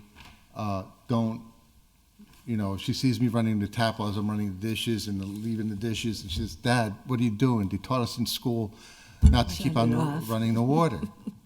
All right? So the kids are the ones who basically teaches the parents how to recycle, because they'll point out to the kids.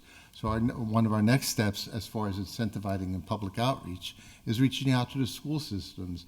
And I'll probably be having a conversation after the holidays with Mr. Soto, the superintendent, and to see how we could do that, at each of the schools. And then who is our recycling coordinator? Ricardo Della Valle. Rico. That's great news. That's an excellent candidate. Last thing, relative to, I'm just going to go back to recycling for 1 second, but for HPS, HWW, and HGE, do we pick up their recycling? I'm sorry? The gas and electric, waterworks? I believe we do. HPS? I believe we do. Okay. To me, and the City of Holyoke, to me, that's where it starts. I mean, I'm all for education, schools with the little guys and the big and the high schoolers and all that. I'm all for that. But if we really want to sort of pave the way and show, we should show the public that the city side of the government, the school department is all in on recycling, and we should be over there picking that up, and hopefully that'll tick up our numbers relative to the 14%. I didn't realize, but that's a pretty nice stat to know. So I appreciate knowing that. Thank you, Madam Chair. Thank you. Councilor McGivern. Thank you, Chair Bacon. Carl, Mayor, welcome. I had asked just go back to committee just for a little further discussion. I think we're getting close to what some of my concerns are, but first of all, I just want to take a second to compliment you, because what your rationale and what you're proposing is on target and understood. You told us about the option for the 96, 64, and 35, and that I might have one little tweak that you might want to consider. That makes sense. The people have a choice, according to their residents, according to their needs. As far as promoting recycling, 100% behind you and agreed. I think, I'm a Ward 3 resident, so my ward councilor just spoke, and he spoke well, and he always does. I was a Ward 3 resident when my Ward 3 councilor, Helen Norris, her family, and some other volunteers, we passed out the original recycling bins to every resident in Ward 3 to help the city out. And that, was the beginning of recycling, which makes sense. The more we recycle, we might make a little money, but it doesn't matter. We take it out of the stream. We don't have to pay the tipping fee. It's the right thing for the environment. It just makes sense. It's more cost effective, and it's the right thing to do. And I think, Holyoke is a green community, and I think the vast majority of our citizens believe that. Education, when it comes to recycling, education is the key. You talked about it. Enforcement is the key. You talked about it. Motivation, is enforcement. Motivation is when we adopt this ordinance and we do the right thing. So thank you for the numbers tonight too. I understanding how much we're recycling, or maybe it's how much we're not recycling, is important. And maybe even my household, because we have the bin on wheels. I can't remember his name, but he brought it up into the neighborhood and said, Joe, we want you to try this because you and Jenny do a lot of recycling. You qualified to have a large bin. And I said, well, who do I give my $5 to? But we did it, and a lot of my neighbors liked it, and I told them, more recycling you do, the better chance you have of getting this. But what I'm getting at is two things. One, paper cardboard recycling, currently, we don't have a tote for it. We're told to cut up your cardboard, put it in a paper bag, or tie it together and put it out. And cardboard's not an issue. You have two options there. Put it in a paper bag or tie it together and put it out, as long as it's not too big. Other paper products, the options to what to do with them are dwindling. Our supermarkets are now charging for paper bags. They're motivating people to get away from plastic bags, get away from paper bags, and to have your own tote bags, which is not a bad thing. But now there's less options for the homeowner as to where to put their paper products. And two is, and this is the one that I think, and it's the only one I think that we're disagreeing on, is at the end of the ordinance where should a number of containers necessary to contain the refuse in a given residential location be allotted, and if there's not enough, that it's up to the superintendent of the public works, director of the public works, to tell the homeowner to do something else with the overflow. And well, just let me finish my thoughts, because I said this to the full city council, and I appreciate, I know there's a little difference, and maybe I'm not going to get what I would like to see, but I think we got to find some common ground for this problem. In a few weeks, and I've driven by ever since the 96-gallon drums have been put out, and I've driven by almost every neighborhood in Holyoke, and I see the vast majority of those drums are tight, meaning whatever's inside of them, they handle the weekly output of that household. But in every neighborhood, I've seen a little overflow, and I've seen bags on the side. What we haven't seen, I drove around after Thanksgiving, and if a household hosts their family or their friends, I think the new one is Friendsgiving, and they have a get-together that exceeds their household, it generates more recycling, generates more trash, and generates a lot of things. And the day after Christmas, I'd hate to see Carl Rossi having to tell someone you got too much trash because your family came from out of state. Your family, came up for the weekend. Your family, you entertained them for Christmas, along with the rest of the Christmas, recycling, and along with the rest of the Christmas trash disposal needs. And I just have to feel there's an option out there that can accommodate that. And if it doesn't mean, and my only other thought too is when if a household elects to a 35-gallon tote, is it possible they could get two 35s? Because they still may need more than 35 gallons. They just can't accommodate the 96 or 64. You can't. Two, You know. 235 gallons is 70 gallons, a 64 gallon is one. I'm trying to say. But if they can't work with the 64 because they're I still say Philadelphia cottage, but a brownstone, whatever you want to call them, or if it's a place where they just can't push or work with the 64, is it possible to get 235? I'll have to take a look at it on a case by case. That's just a thought, and that doesn't even have to go into the ordinance. That's just a thought for you. The other thing is, I'm going to say, I know if you have a party at your house, but how much trash are you generating, and how much recycling are you generating? That's a good point. Would you like to meet my family? So that's the whole point. That's the whole point. I mean, this is where it goes back. Everything is tied into the whole program, that is education. So if we, like I said, if we see there's constant problem at this one property that they generate a lot of trash, might be time for our recycling coordinator to knock on the door, say hello. I says, I noticed we were doing a lot of trash. He says, or maybe open the bags and see what's in paper products in there. That because some people don't have garbage disposals, in their homes, so I could understand that. So that if you're generating that much food waste, then there's also a problem, which is something different. I understand, but I still see.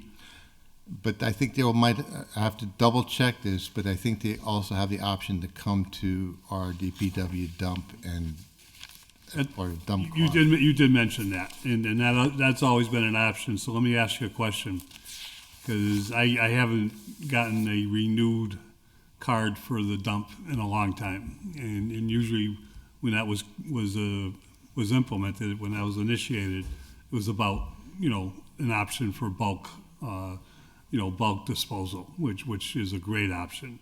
But over the years, I think the DPW has limited the amount of time one residence can use that card, and which is fine if it's for bulk, just for bulk disposal. A couch that has to go out, an appliance or something that, if you bring it down, we'll take care of it. God bless you. But if we start using our card, every time we entertain the family, and the McGivern's a big family, almost as big as those Bartleys, but we're up there. And it's at those amount of times you can use that. Is it possible if you filled the 96-gallon drum, is it possible that if you go to the DPW with your trash, prove you're a resident, that you don't have to get charged with one of those visits? I have to take a look at that. That's our next project, is look at all our dump fees and our dump program at DPW. Yeah. Like I says, we're trying to reduce costs and reduce waste, so I have to see how that works into everything. I understand, and that guy sitting next to you wants to get reelected in a couple of years. And one of the biggest things that the City of Holyoke offers, and this is across the board, people are happy with, is our trash pickup. Even the ones that believe in recycling. And there are some adamant recyclers out there that, sometimes they might go a little bit too far just to put something in recycling. And we got to be careful for that too, because we don't want to disrupt our relationship with the recycling. The MRF? MRF. What? Oh no, Herca was the ones that burned it a long time ago. So we're not going to bring back the incinerator plant. I know that, but what we offer is part of how we promote Holyoke, because we do something that's special, and I commend you for that, and I commend the men and women that work for you, because I know it's a difficult job, but it is something. I just looking for a little, and maybe it won't be a problem, but I think it's going to be part of the year going to be a problem. Okay. All set. Thank you. Thank you. Councilor Givner. Thank you, Madam Chair, and thank you for coming in, Carl. It's been really informative, as always. I just wanted to mention that I think we should all be avid recyclers. And I have noticed the DPW workers picking up bags, so they may need to hear it a little more, because we obviously don't want them to get hurt. I think the incentive to a program like this, we're already seeing the results. We want more. I get a lot of quality of life issue complaints, and one of them has been trash. And so I have to say I haven't gotten a lot of trash complaints since the bins rolled out. So I'm really happy about that. It definitely is really helpful in Ward 4. It's super populated, and we definitely had a problem with trash bags laying around. So, and as we all know, when trash bags are on the curb, they get ripped open by critters or whoever, and the trash starts blowing around the city. So I think that can only be seen as a positive and definitely an incentive to have a cleaner city. I am curious about buildings with private pickup. I notice buildings have private pickup, but I'm not sure why. I assume it's because they're too big or they're commercial buildings. Correct. Either they're greater than 4 family. Okay. Or they're commercial buildings. All right. The apartments, we don't pick up. All right. That was an easy answer. I also wanted to note that as a homeowner with a dump card, you can go to the dump 7 times. So if you have a couple parties and you have a pickup full of trash bags, you can drop them off. I'll be glad to give you a call. You can bring that Jeep up and help me. But I do think, I use my dump card. I don't use it always, that many times a year, but I do appreciate that it exists. And as a homeowner, I do extend that privilege to my tenants and let them know, I can help you out if you have something to get rid of. So that's a great service the city has. And I would suggest that wherever you live, you ask the owner of the house you live if you can use that privilege. And I agree. Education is key, and we need, to start at the beginning. And I've also had small people tell me to turn the water off, so I can relate. So thanks for coming in, and I appreciate that. Councilor Rivera? And then Councilor Puello, I see. Yeah, I think the last point I wanted to point out was with regards to the recycling piece. I know this dual stream. I'll take the blame. We got marked right at my house for putting glass and cardboard in the same box. I try to educate people in the house, but not everyone listens. But at the end of the day, we got marked, right? So what I did for the following time is the extra trash barrel that I now have is I put the cardboard in the extra trash barrel, and fortunately it has the thing for them to put the hooks on it, so they actually use it. So to me, I think for the time being, until we come up with a system for recycling, I think a suggestion could be is use your old totes for recycling. Counselor, that's in the flyer that we sent. Right, that's what I figured. I thought we said that, repurpose your old trash totes either for recycling or for yard waste. Thank you. I appreciate the whole presentation. I appreciate you coming forward prepared, and at the same time that you guys are taking the initiative and moving forward, because while I was running for election the last time, trash was one of the major issues. Not picking up on time, as well as shoveling and snowing. We haven't. You're lucky that you haven't had to deal with that yet, in a sense, in the time that you've been here. But when we do get that, trust and believe, they'll be knocking on your door. Okay. Councilor Puello. Thank you, Madam Chair. I just have 2 general comments and then a question. Kind of along Councilor Bartley's point, I hope that there's a little bit more that's done on the outreach piece of this and on the part of informing people what their options are with their different bins, because I know there's definitely people that still aren't sure. And I know when we were first discussing this, I think we were told this was going to be some kind of trial, and then we were going to measure feedback, and I'm not really sure that was done. And I know people didn't really know what was going on. I think people were going on Facebook and sending emails, and so I definitely heard a lot from people. So I just hope that there's a little bit more done on the communication piece of this to actually let people know what's going on. And then my second comment was regarding letting people have more than one bin. I understand the whole recycling piece. I understand why we're doing that. But I think that we can have some kind of reasonable system to determine if there's an actual need for somebody to use more than 1 gallon. So, what if they need 2 smaller gallons, And then my question is, regarding the stealing of bins. Can you clarify? Because I've heard that there was an issue, there was some kind of situation where somebody's bin got stolen. Can you just talk a little bit about what the process is? If you've got like a reasonable case where you think somebody's bin has legitimately gone missing, why would somebody steal a bin? I don't know, but it happened. Well, it happened. Can you talk? Yeah. So we ask, or in the flyer, we tell them if it's stolen to call us at DPW. What we tell them when they call DPW is to file a police report, and we'll replace it.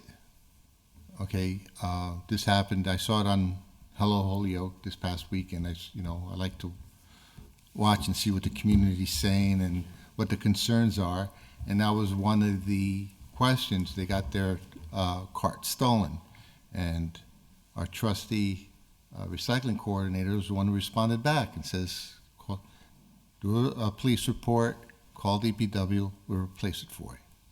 So that's the one thing. And the other thing is, like, I was walking with Linda Pratt today in her neighborhood, and down by the railroad tracks, we found by the homeless encampment, we found one of our trash bins there. And it was addressed 54 Beach Street. So whoever's at 54 Beach Street, we found the trash can, but at the time we still replaced it for them. So we will replace stolen cans. That's great. Thank you very much. Counselor Maldonado Velez. Thank you, Madam Chair, and thank you all for coming down tonight. And because a lot of the questions that were asked last time, unfortunately, couldn't be answered, but they were tonight. So really appreciate everything. Also, that you've been doing for the city. I work downtown, live downtown, and we still have some way to go, but I definitely have seen improvement as far as like the trash and the cleanliness of our city, and just even having more presence in downtown. I see the vacuum at least weekly going out in the community. So appreciate all the work and effort.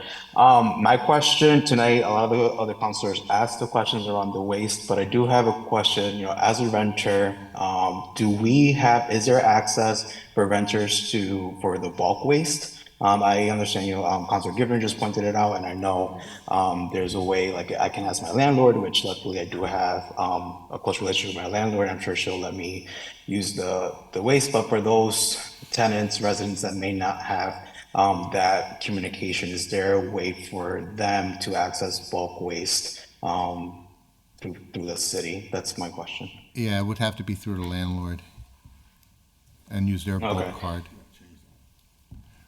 Okay. There was, I believe I could double check. I have to double check with my staff, because I know this was some kind of an issue that we were having that they brought up to me. Okay.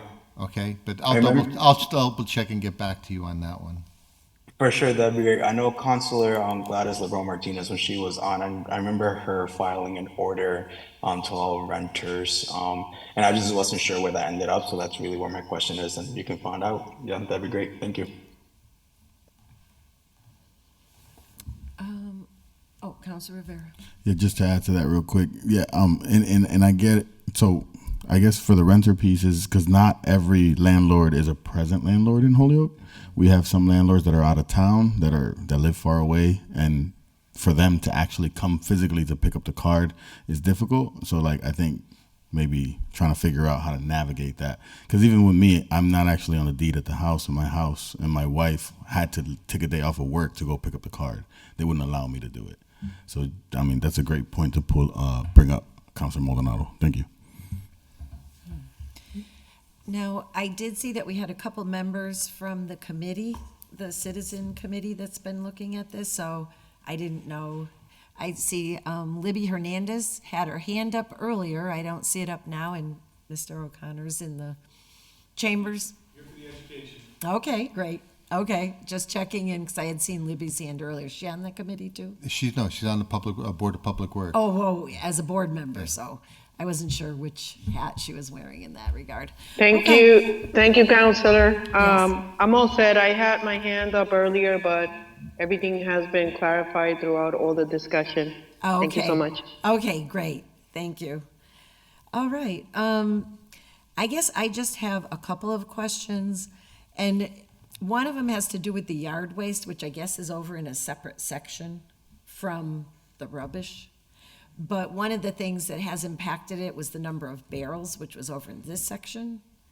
And over on the yard waste section, it talks about bags, but not barrels.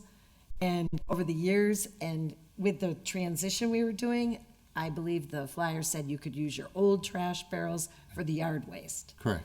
Okay, so I just wanted to confirm that as we go forward and we're fixing up and cleaning up the language, that we don't throw that out. No, no. Okay, all You right. could either bag your yard waste or put it in, a Okay. container, and we'll pick that up. Okay, so I just wanted to verify that, because there are still some folks who like doing their own yard stuff. Not too many, but a few. And I think that was all that I had, and I'm very happy to hear about the flexibility relative to the stolen bins, because there was a word kind of going around that if your bin got stolen, you had to go buy one. And that was creating a bit of a grassroots tizzy. So I'm very happy to hear that approach being taken that you described tonight. And I think other than that, it's sort of to see how it goes. And it seems like everybody's trying to be reasonable with everybody. But what do you do in the instance that you referred to earlier where somebody puts out the 15 bags? Do you just tag them and say, deal with it? Correct. Okay. We haven't done any enforcement because we didn't have a recycling and refuse coordinator. Mhm.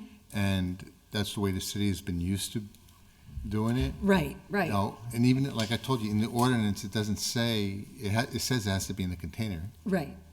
But we were picking it up anyway. Exactly. But now that we have a recycling and refuse coordinator, he could go out and tag them and let them know. And then if it's a continual problem, eventually it'll be fined. Right, right. But I'm happy to hear that it's a reminder and educational approach initially, because we're just kind of getting back in the groove, right? You don't want to hurt anybody. Yeah.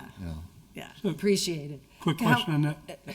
Joe, just hand it first. Councilor McGee. It's real quick. Carl, when you say fine, I don't believe there's a fine written in the ordinance as of now. I think there is, because there is something, not in our, maybe our ordinance, in the trash ordinance, but somewhere else that I found it, and maybe in the health department. Well, the health department is not the city council, which, the police department cannot issue fines or tickets without something, mass general law, or without a city ordinance. So the health department might be a code, but a code, I don't think, a state code doesn't address recycling versus mainstream, but I could be corrected if I'm wrong. But I think there's something in the ordinance. I don't know if it's in that ordinance or somewhere else. Yeah. It's just not in this section. Yeah, because I had the discussion with Sean regarding this and how to do the enforcement, and he was giving me a lot of tips on what was under DPW's purview and what was under health department purview. But we're not at that point anyway. That's what I'm trying to say. Well, I just hope we don't get to that point. I hope the education works and the motivation and education for the right reasons, not to avoid a fine. And stolen bins, is that number on our 96-gallon unique? Yes. Okay. It's unique. Because I know I took a picture of mine. I can't find it, but I'm going to take another picture of it tomorrow when I put it out. It's unique to the address. Thank you, Joe. That's pretty smart. But we're not registered. It's just unique number. That's a smart. It's a unique number that I have it on the spreadsheet. Okay. Thank you. Okay. Councilor Bartley. I'm just going to weigh in briefly on the enforcement part, but then when we, I'll stop. But I do want to weigh in later for the, for the ordinance. I have a couple amendments, just through the chair. So one, Carl, is I hope we do get to the point where we start enforcing stuff, because litter is a massive problem.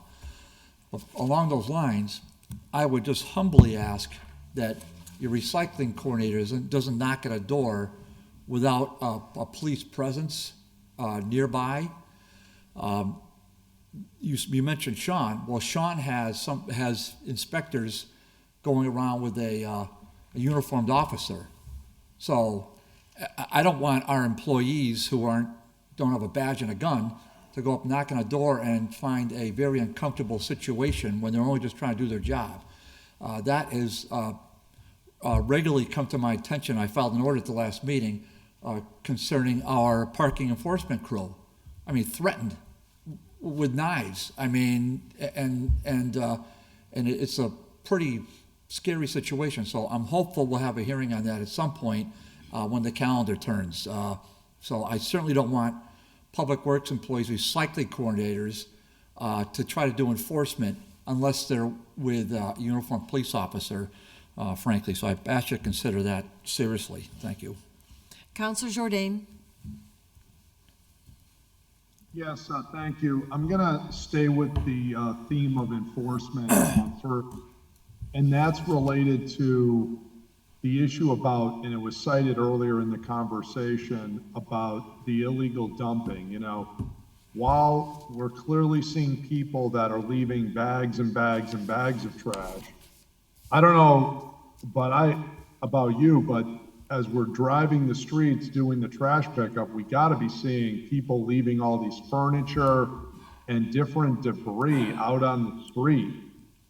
That's got to be getting tagged, and that should be a lot more aggressive. I mean, there's people leaving all kinds of things out, and it's, you know, clearly not stuff somebody's going to pick. Heavy furniture, all this type of stuff. If that's there for more than, you know, a couple of days, one would think that we would be, you know, taking notice of that and tagging and either knocking on the door of the home, sending the police over, something, inspect the building and codes department or the Board of Health. That type of stuff should be aggressively enforced, because that's just, to me, I have a hard time.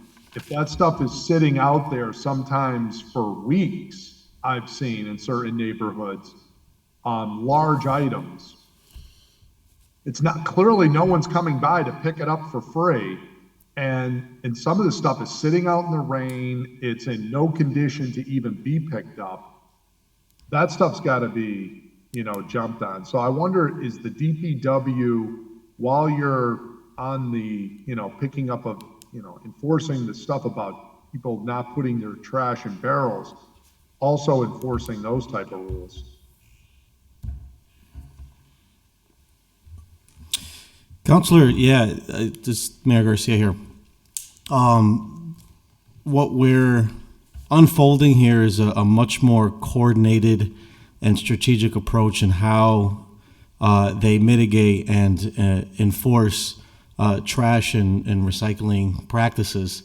And through that process, and I think, you know, every counselor on the subject have shared circumstantial scenarios, and between the recycling coordinators and the folks that are out there picking up trash and recycling, you kind of see where the circumstantial situation is, and you reconcile from there. So if it's not the recycling coordinator tagging or communicating with the Board of Health sends an inspector, you know, we know and can see where the trend is. So as they're going around the city picking up, doing their thing, you'll start picking up certain behaviors in a certain area or a household where we can better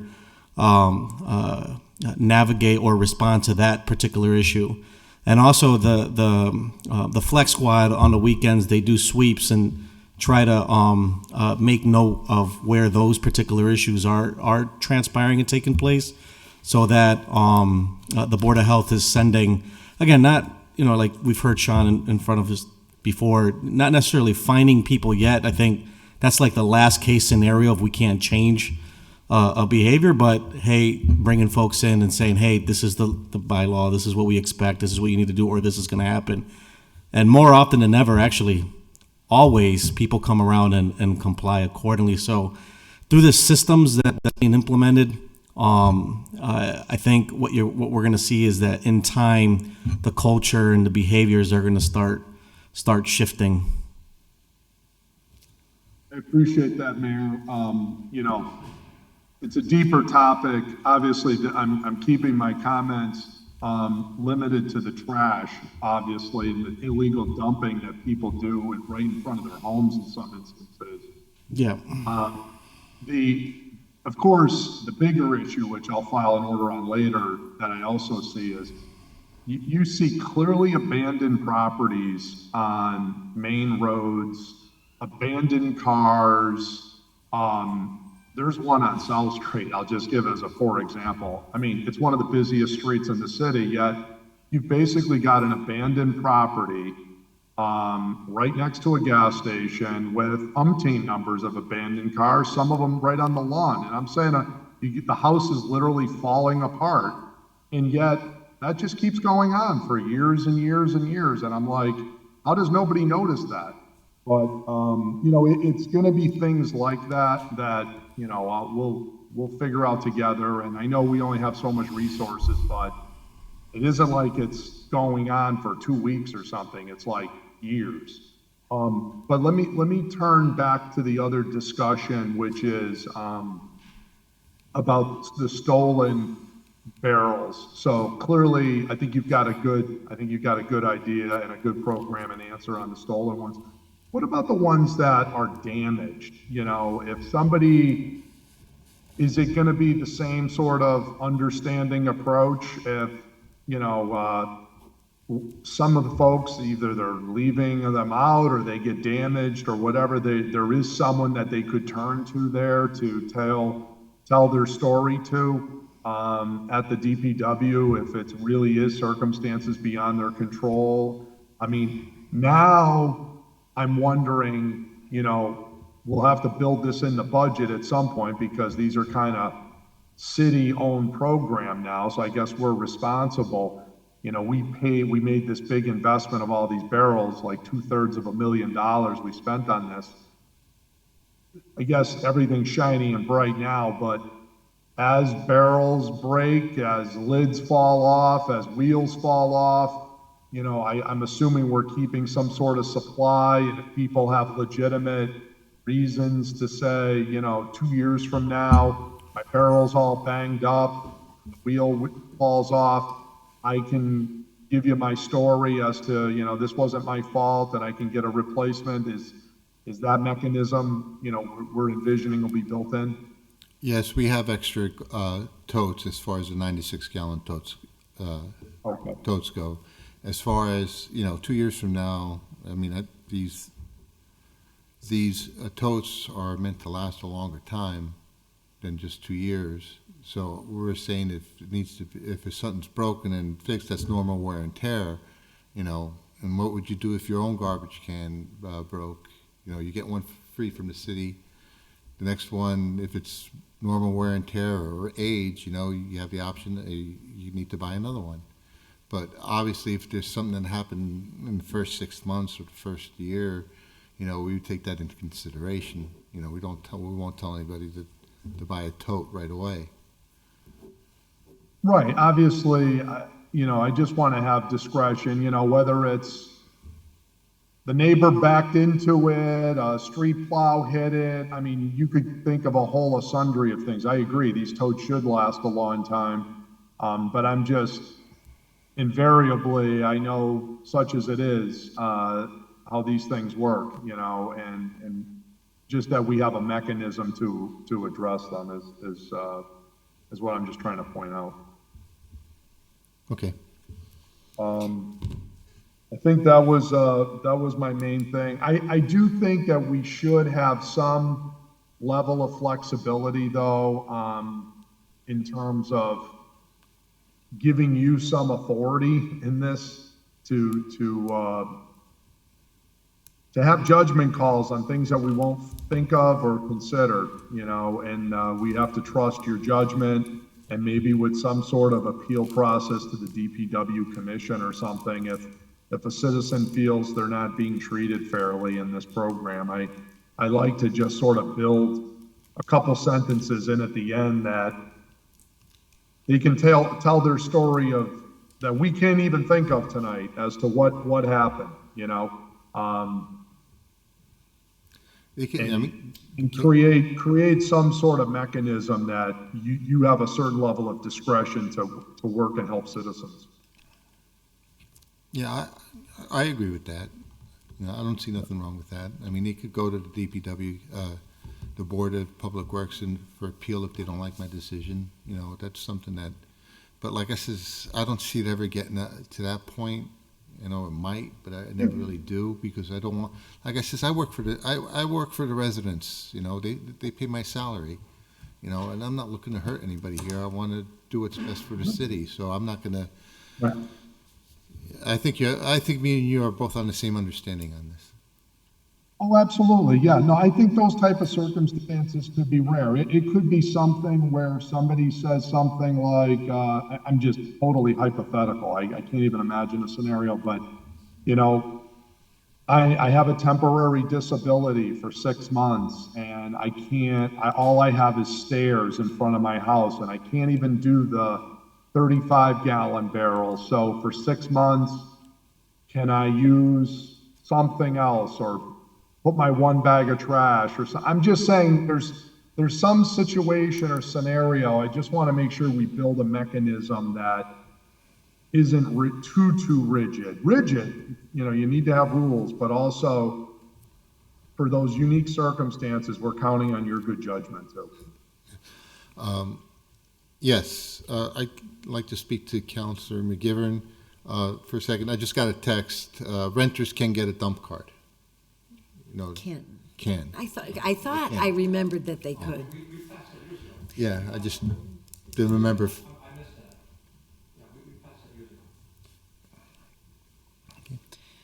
Okay, so I am seeing 2 hands on the Zoom, Linda Pratt and Libby. Is Linda on the committee? Yes, she is. So I'll recognize Linda because I saw her hand first. Yes, good evening, councilors. Yes, I am on the recycling committee, and I was just going to say what Carl just said, that yes, renters can get a dump card. The mayor put out something about that a while ago. I know it's not well understood, but it is available to renters. It's not free, as I understand there's a $10 fee, but it is available to renters. So I wanted to put that out there. Thank you. Okay, great. Thank you. And Libby Hernandez? Yes, thank you, Madam Chair. I just wanted to add to what Councilor Jourdain was referring to, like a mechanism implemented to consider these, you know, peculiar situations. And what came to mind was that the Board of Public Works Commission, we do abatements, you know, and we meet and decide whether, you know, abatements are acceptable or not. Are we going to approve them? So I was thinking along the lines that we can probably put in place something similar to that, to just review as a commission the circumstances of what's going on, of reasonable accommodations or, you know, special accommodations, and then come to a decision, you know, for our residents. That could be something that could be implemented as a mechanism. Thank you. Thank you. Councilor Maldonado Velez. Thank you, Madam Chair. And thank you, Linda and Carl, for getting the answer. I guess just my next ask would be, because I'm on the DPW website right now, and there's nothing around renters being able to access it without having a landlord present, or by being a homeowner. So I just wanted to put that ask that, you know, we can get the website updated so that renters do know that we do have the capabilities of doing so. Thank you. Okay, thank you. Okay, I'm not seeing any other hands, and the notes that I've written relative to the ordinance change, if we were going to work with the language that we already had, would be to add the 35 gallons along with the 64 and the 96. That's in the language already. Yeah, I think I would amend it, just say city-issued container. Take out all the numbers? Yeah, just city-issued container, and the problem with the having more trash than a 96-gallon trash, you know, that's where we're trying to get at. I'm trying to think. Where we say I have it here, hold on a second. So I'm just looking at the legal language that was given to us. Which item number is under? So it's deleting. It's item number 7. Item number 7, 96-gallon road-approved watertight reservoir are provided. I would just say, not 96-gallon, I would just say city-provided trash container. Because you just don't want, that'll cover 94, 36, 64 gallon on that. Because in the ordinance language, I think it's in there. well, but in the replacement language that we were given from legal, they took out the original language and put in to the ordinance form that the city shall provide the owners with 96-gallon rubbish receptacles. And you just want to say with a city-owned receptacle. City issued. City issued, yes. Receptacle. Rubbish receptacle, okay.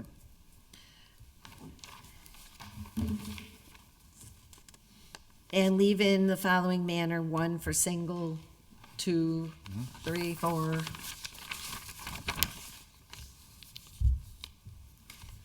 And leave in the language, in case of hardship, the city shall provide a receptacle of the size to accommodate the needs of the resident? Or how do you want to say that? I would say either that, where I would spell out either 64-gallon or 35-gallon. Okay, so what I was going to suggest was that we add, in cases of hardship, the city shall provide 1 64-gallon receptacle, 64-gallon or 35-gallon receptacle to be used for rubbish collection. Hardship shall be defined as persons who are disabled or elderly over 65 years of age. The Director of Public Works shall determine whether a hardship exists. So do you want us to say Director of Public Works or / Board of Public Works? Or do you want us, I was kind of hearing 2 paths on some of this. I'm not sure. I guess this goes back to how they want to appeal it if they don't like my decision, if somebody should not like my decision. So, Councilor Bartley? Yeah, I would just leave out the whole hardship part. What's that got to do with anything, frankly? So we have, you can just say additionally, owners, homeowners, however you want to describe it, may apply for various sizes of containers or whatever, including 35, 64, 96. And you just leave it at homeowners. It doesn't have to be a hardship. So just say homeowners may request? Yeah, may or apply, or whatever the Carl wants, may request it through an application. The issue is that to stock that many containers. Well, you're going to get a feel for it as time goes on. So I'm not saying you have to have them all in stock, but if we say I think hardship kind of narrows it too much, and there are plenty of homeowners that approach me that don't fit that senior disabled category. The hardship? So,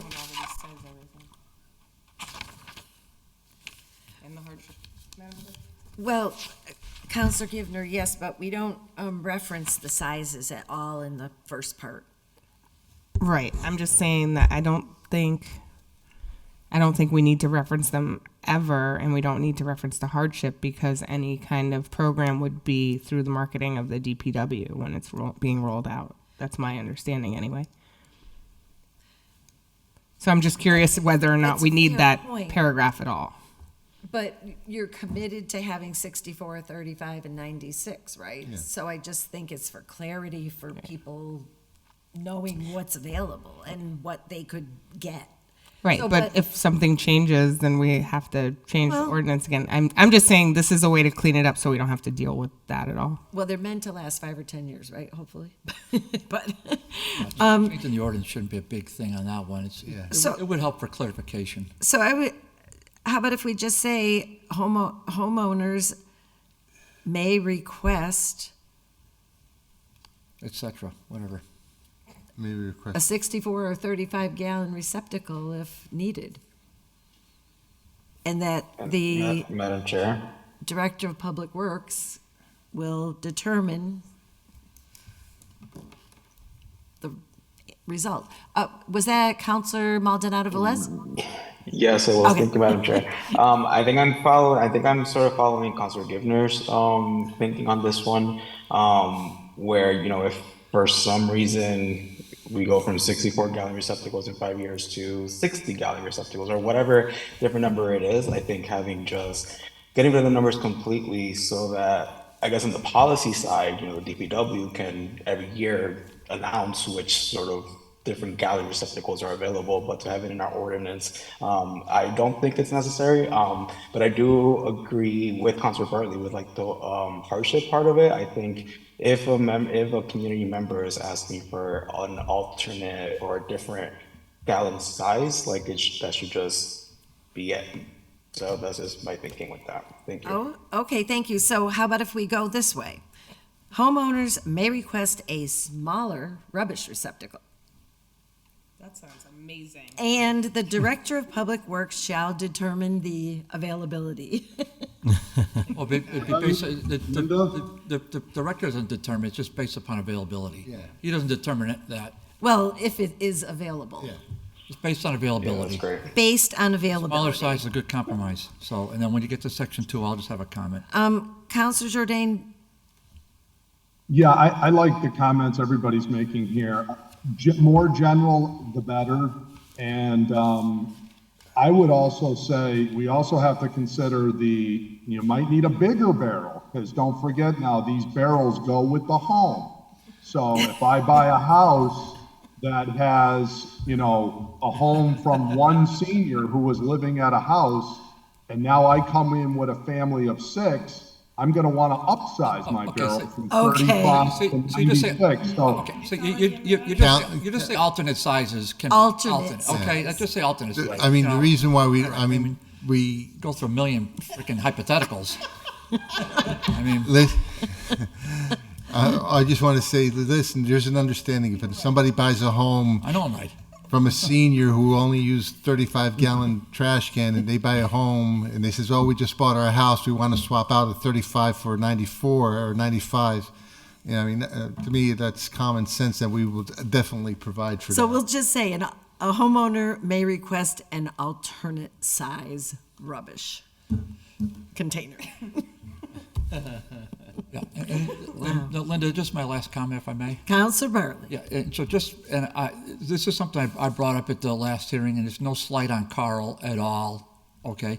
So, but if somebody, the whole thing about the DPW director shall have the right, that sort of thing, so that's fine, but there should just be an appeal process to the Board of Public Works. That was the only thing I mentioned the other night in full city council. So, I mean, Carl's the administrator, but if Carl makes a decision that they want to appeal, then they can appeal to the Board of Public Works. So, I mean, Right. the decision making's in that office's hands, and that's where it should stay. But Right. in the weird case that they need more relief, then they can go to Board of Public Works. Right. So just to be clear, we're talking about if in a certain circumstance, people just were constantly putting out too much trash and a call had to be made, you've got to deal with your trash some other way because you're just not within our that office parameters. deals with it. And So it would say, the current language says, the Director of Public Works shall have the right to require the owner, lessor, or lessee of the residence to utilize an alternative method of containerization.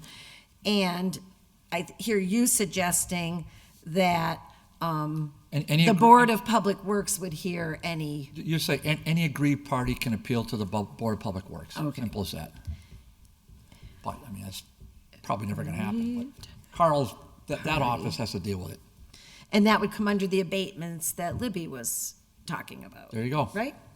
Does that sound workable? Way to go, Libby. Yeah. Okay. Any aggrieved party Give it credit, Libby.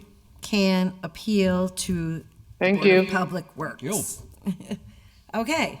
Just clarification. Councilor McGivern. Can appeal if they need a second receptacle? So, Yeah, agreed. the current language totally, Joe. says that a homeowner may request an alternate size rubbish container. So I suppose you could interpret that more than one You way. could say alternate size or additional. Just so, yeah, to get, I think Joe's got a good point, so. Well, and Well, I'll, that's where I'm going to vote no. Well, no, but, well, Carl, that's not gonna come up that often. I think it's gonna be a rare circumstance. That I think it's coming up right now, and I see it when I drive around. It is coming up, but I don't think it's gonna be as prevalent as we think. I think it's gonna happen, though. So, I'm just wondering, circling back to the earlier part of the conversation where you said, so if 1 week somebody has too much, the idea right now is save what you have that's too much and put it in next week. Because we're talking trash, we're not talking garbage. Right? We're not talking food. A lot of people put garbage in the trash because they don't have a disposable. What's the difference? We don't have a compost option yet. Well, what I'm just thinking, because food waste sitting around for 2 weeks could be like really. In the middle of summer, it could be a real problem. That's all I'm thinking. But Councilor Bartley. Through Chair, Carl, why no? Is it an expense thing, or is it just an Going back to, okay. It's going back to promoting recycling. We're going, that's the whole point of having one per family, 196 gallon. It goes back to my argument earlier where Susan Waite from the DEP says 96 gallon is more than generous. That's why I'm saying, no, if they have more than 96, they either have overcrowding or they're not properly recycling. And that's what was my initial point for my initial part of my presentation. There might be areas that, maybe. Well, I'm just, may I mention? Councilor Bartley. Okay, so just my reply to that would be, you're saying 96 gallons. Well, Councilor McGivern's hypothetical, if I may, Joe, use your name in vain, he's saying 235 gallons. I mean, thus a fraction of the 96. I mean, that's what I think. That's okay. I mean, that's what Joe's suggesting. Trying to suggest. I did say that earlier, and you said you would. That's within your purview, I think. Yes. Because it doesn't exceed 96. I'm saying someone that exceeds 96 occasionally. They could use the dump card to go to DPW. And to some of us, that's an option that's workable because Councilor Gidner is going to come up and help me. I'm talking, if the recycling coordinator and yourself or others were to visit a household and they prove to you they are recycling on a regular basis, but still have a problem with 96 gallons, can you override? I guess I can. There you go. But I'm going to say if that's the case, then they're not recycling properly. I'm going to tell you that for. They got to prove to you. They got to prove to me that they're doing everything to recycle. Well, the other thing is that we could open the bags up and look into it and says, hey, look, this is and this happened. Proof is in the pudding. Right. That's what I'm saying. We should stay with the 96 gallon, but I know your point you're saying, and this is where the education and outreach program part of it comes into place. Right. We've had education, we've had enforcement. Now we're adding motivation, is what you're adding. I get it. Right. But the education is like a roller coaster. It comes and goes when the recycling coordinator comes and goes.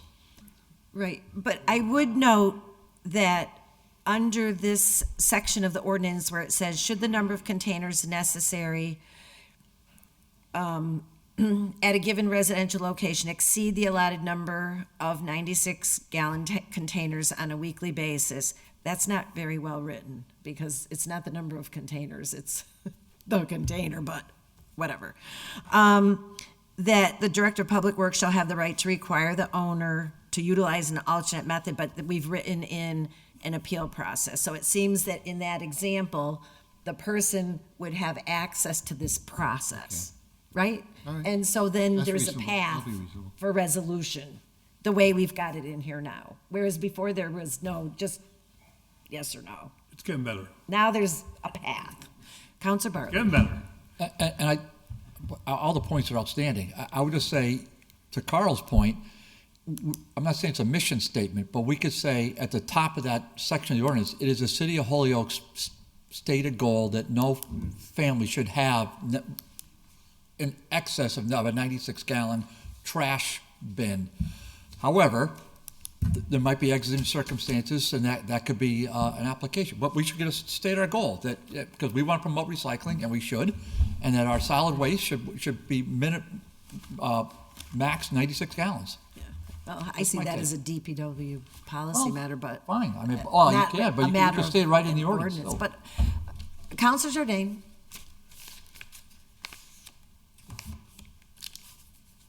Yes, couple of points. I thought just having a couple sentences at the end or in its separate paragraph that just basically says, you know, the superintendent is charged with the administration of the trash program.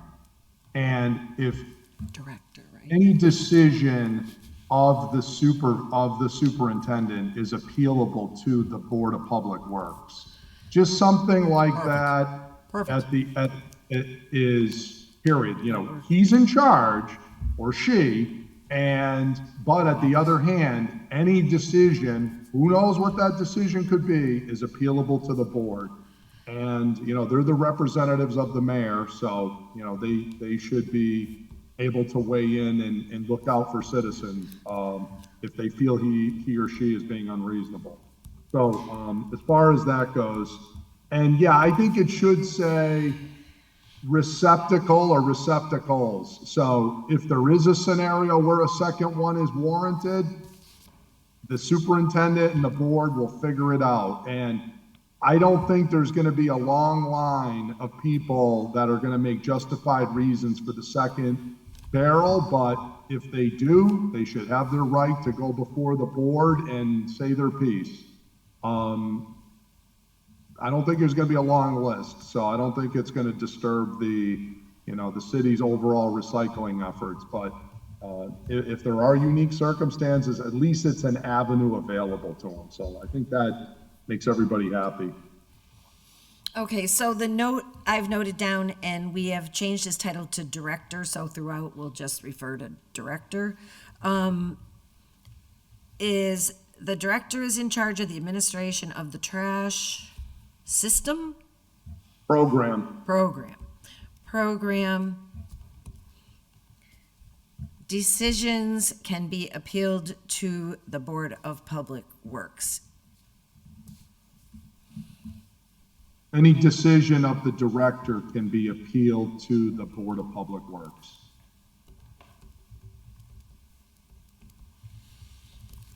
All right, so there's just a process. Yeah. All right, are we good? I would call it, by the way, the solid waste program. FYI, I think it's called the solid waste ordinance. What is it called? Solid waste program. I thought I saw Councilor Maldonado Velez, but. I did have my hand up. I guess real quick, I agree with you saying as far as like a different size container can be open to interpretation, and meaning maybe that's a second size container. I don't know. But anyways, that was like two speakers ago that I had that thought. So I'm agreeing with where we are right now. Thank you, Madam Chair. Okay, thanks. All right, so I think we're good. I saw Attorney Bissonnette online earlier. Oh, he's back from Hawaii? He's back from Hawaii, I guess. Yeah, Wi-Fi in Hawaii. Oh, do they? Oh, yes. So Attorney Bissonnette, do you have enough language from what we've talked about? Do you need me to go over the final changes again, or are you good for the ordinance? No, I'm good for the ordinance, I think, Madam Chairman. Thank you for recognizing me. That was the same point I think Mr. Bartley made about just using language consistent with alternate size or alternate accommodation or an additional receptacle. So I think all of that covers a lot of the dialogue you've had tonight. Okay. I would note, if you're going to adopt the new second paragraph, paragraph 3, we may want to make that change because in this first line, it indicates the allotted number of 96 6-gallon containers. And I just don't want Carl to have someone come in and say that I have my 96 6-gallon containers, please. It says so in the ordinance. So if I can make that correction with your permission. That's the one you pointed out. Well, I think that's the only one I've noticed, but I appreciate it. And we'll make those corrections, Madam Chairman, and get it to you for the next meeting. Thank you. Okay, all right, thank you very much. So now I need a motion to adopt the ordinance as amended to include the amendments that we've all discussed and that Attorney Bissonnette just referenced. So moved. Second. All in favor? Counselor Givner? Yes. Counselor Bacon, yes. Counselor Maldonado Velez? Yes. And Counselor Jourdain? Yes. Thank you. Counselor Rivera has left the building, so at 4-0, this will be recommended to City Council as amended, and Attorney Bissonnette has let us know he can give us the legal form. Thank you very much. Thank you very much. Thank you. Okay. Oh, so now we need a motion on the other two.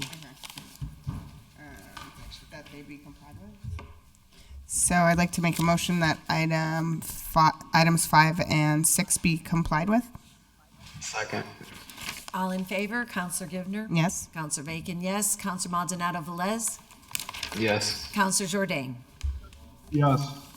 Thank you. So. Motion to take up item 2. Is there a second? Second. All in favor? Yes. Aye. Aye. All right, good job. Okay. Item 2, filed by Counselor Jourdain, that the City of Holyoke develop a personnel policy for the handling of administrative leave and codifying the rules into ordinance as recommended by the Personnel Department, including but not limited to when employees should or should not be placed on paid leave or unpaid leave. The current process appears lacking objective standards. Taxpayers should also be protected to ensure people who should not be out on paid administrative leave are placed on unpaid administrative leave.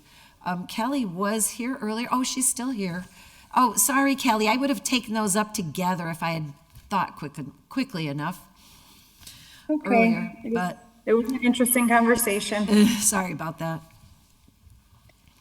I don't remember exactly where we left off. I know I shared some data about the CBAs and language about leave, which most of them don't have clear language. I know Counselor Jourdain wanted to know if the law supersedes the collective bargaining agreements, and Attorney Bissonnette might want to come in at some point. But from my discussion with the law department, unless there's material conflicts, it wouldn't. And from what I understand, and I could understand it not completely accurately, is that if there's not like an indictment or someone's not being charged with a severe crime, there would be no reason for us not to pay them. I did talk to Mayor Garcia about this, and we are creating a personnel policy handbook with different policies in it, but he's not interested in codifying it through the ordinance. Okay, thank you. Counselor Jourdain, did you have another remaining question other than that one? Yes, I actually really appreciated Attorney Mantaleski's legal opinion, and I would ask that it be actually what we do, because what she said and what we're doing is not occurring. And the state law is in conflict with what we're doing, and we're actually in certain scenarios. Her legal opinion is not very long, and I think we should just kind of go over that real quick. Okay. It's dated October 23rd, and in it she says, there was a request for information regarding a legal analysis whether or not Chapter 268A, which we all know is the state ethics law, Section 25 preempted a collective bargaining agreement or vice versa. So based on my review of the relevant case law, a collective bargaining agreement will prevail over state law if the state law is enumerated in Massachusetts General Law 150E7D.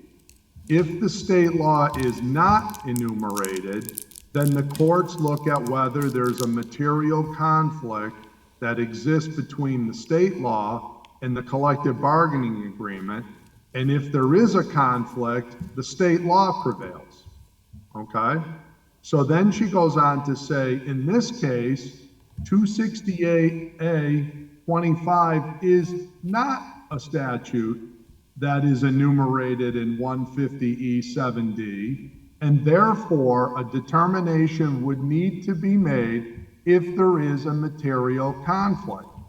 Okay, so that means if there's a conflict between the CBA, the collective bargaining agreement, and 26825, then the state law is going to preempt. Okay, so if yes, then Massachusetts General Law 268A Section 25 prevails, she says. If not, then the collective bargaining agreement would prevail.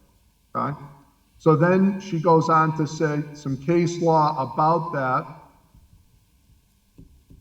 When an employer acts pursuant to a statute that's not enumerated in Massachusetts General Law, Chapter 150E7D, courts focus on the question of whether there exists a material conflict between the agreement and the unenumerated statute. If a material conflict exists, the agreement must give way to the statute.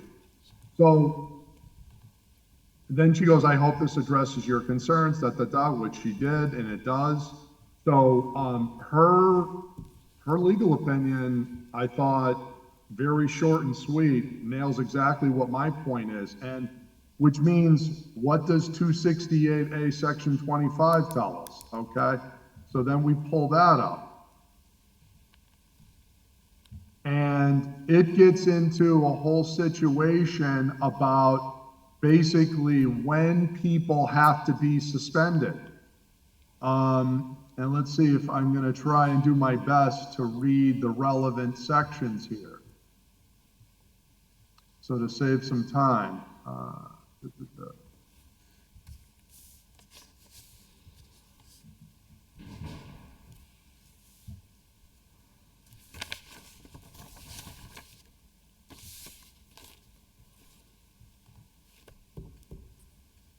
Okay, let's see here.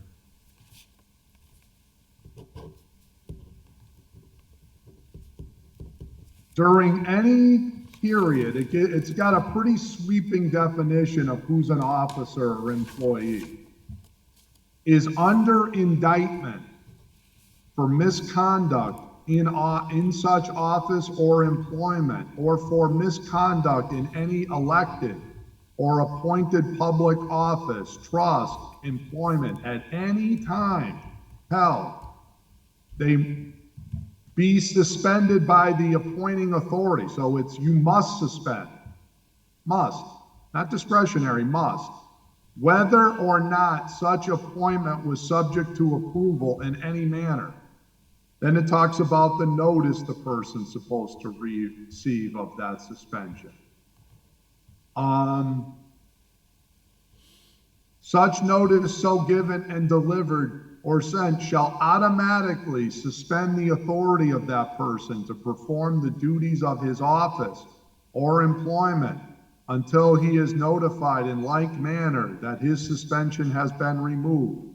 Then it goes through some additional notice provisions that have to be given to the person.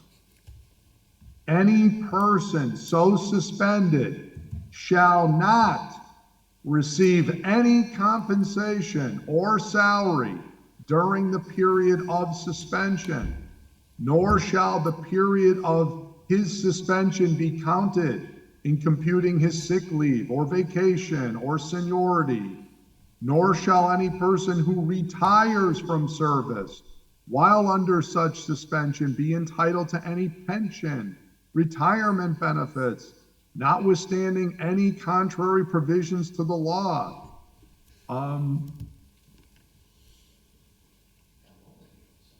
So the employer of such a suspended person shall immediately notify the retirement system of which the person is a member of their suspension.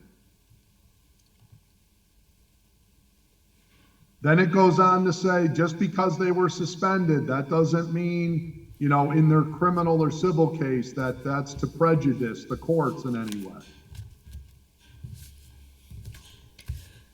And it says that the appointing authority may fill the position of that suspended person on a temporary basis.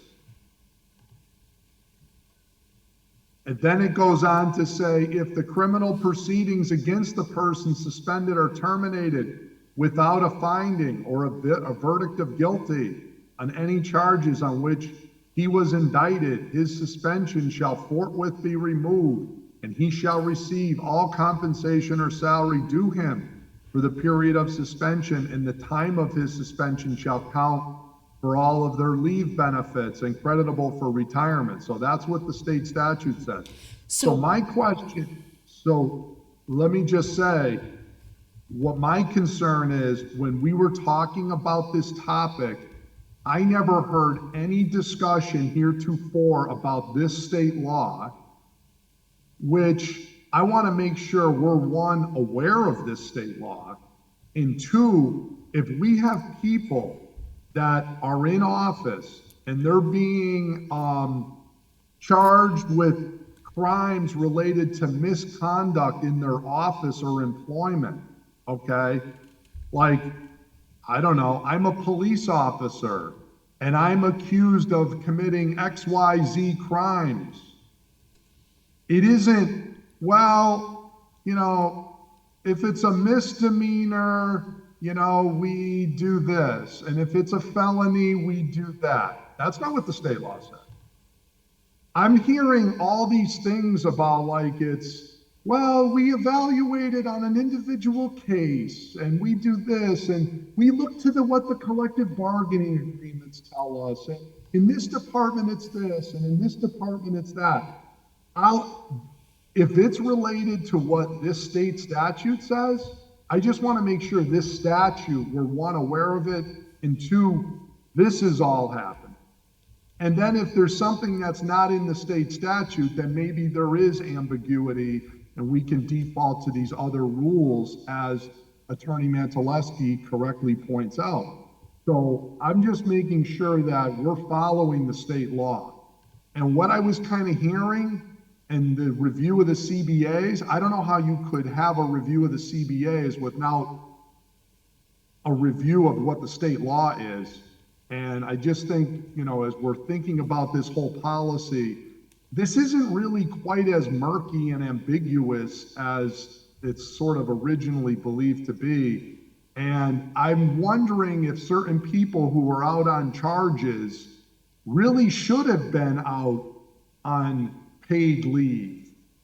When, if you're a police officer and you're charged with various crimes, how do you do your job if you're under? So this is what this state law, and if you are found innocent or they drop the charges, then great, you get all your money back. And God bless you and continue your service, all right? You get all the goodies back.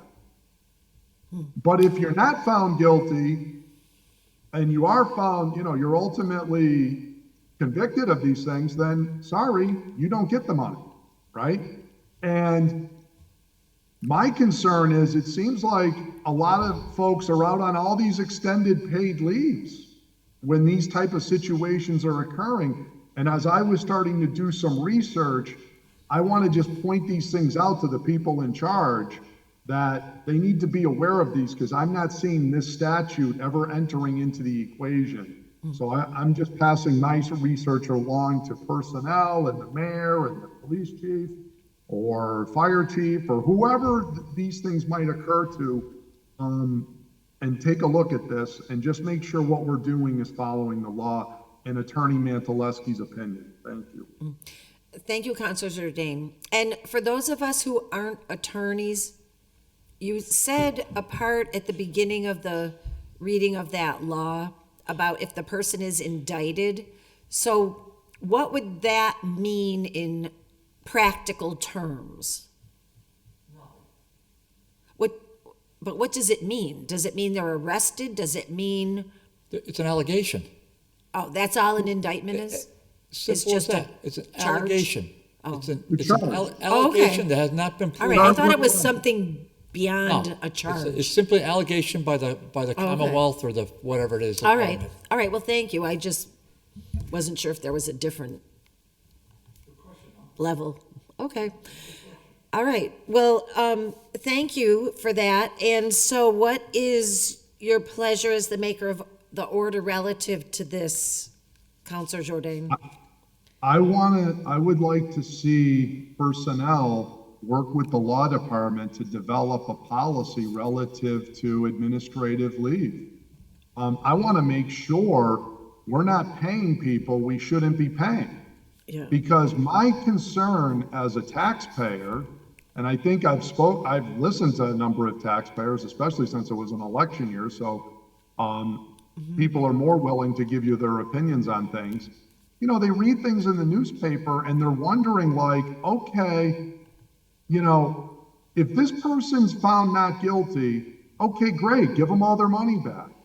But if they're ultimately found guilty, then did we pay this person all this money we didn't have to pay? You know, and then it's more worried, well, you know, we don't want them to lose money and, you know, this is a hardship on the employee after they were charged with all these crimes.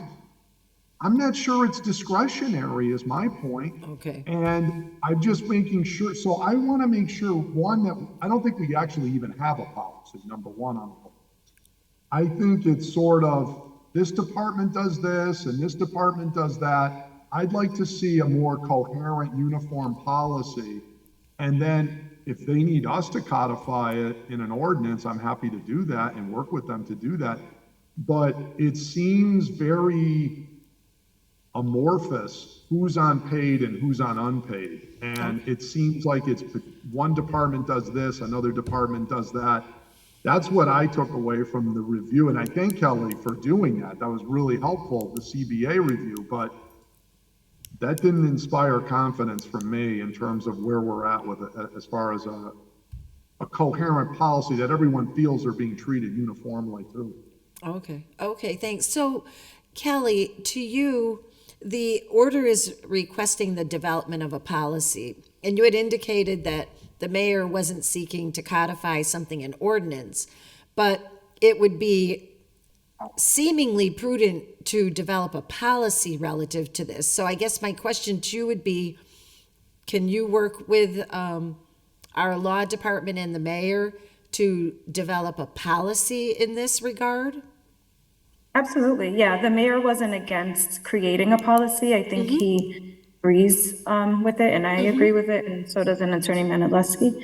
But he just didn't want to codify an ordinance, and I'm happy to get the council's opinion, and of course, Councilor Jourdain's opinion when we do complete a draft. Right. So to Councilor Jourdain, would a motion to table while our director of personnel works with legal and the mayor on developing a policy to then later be able to go over the policy sound reasonable?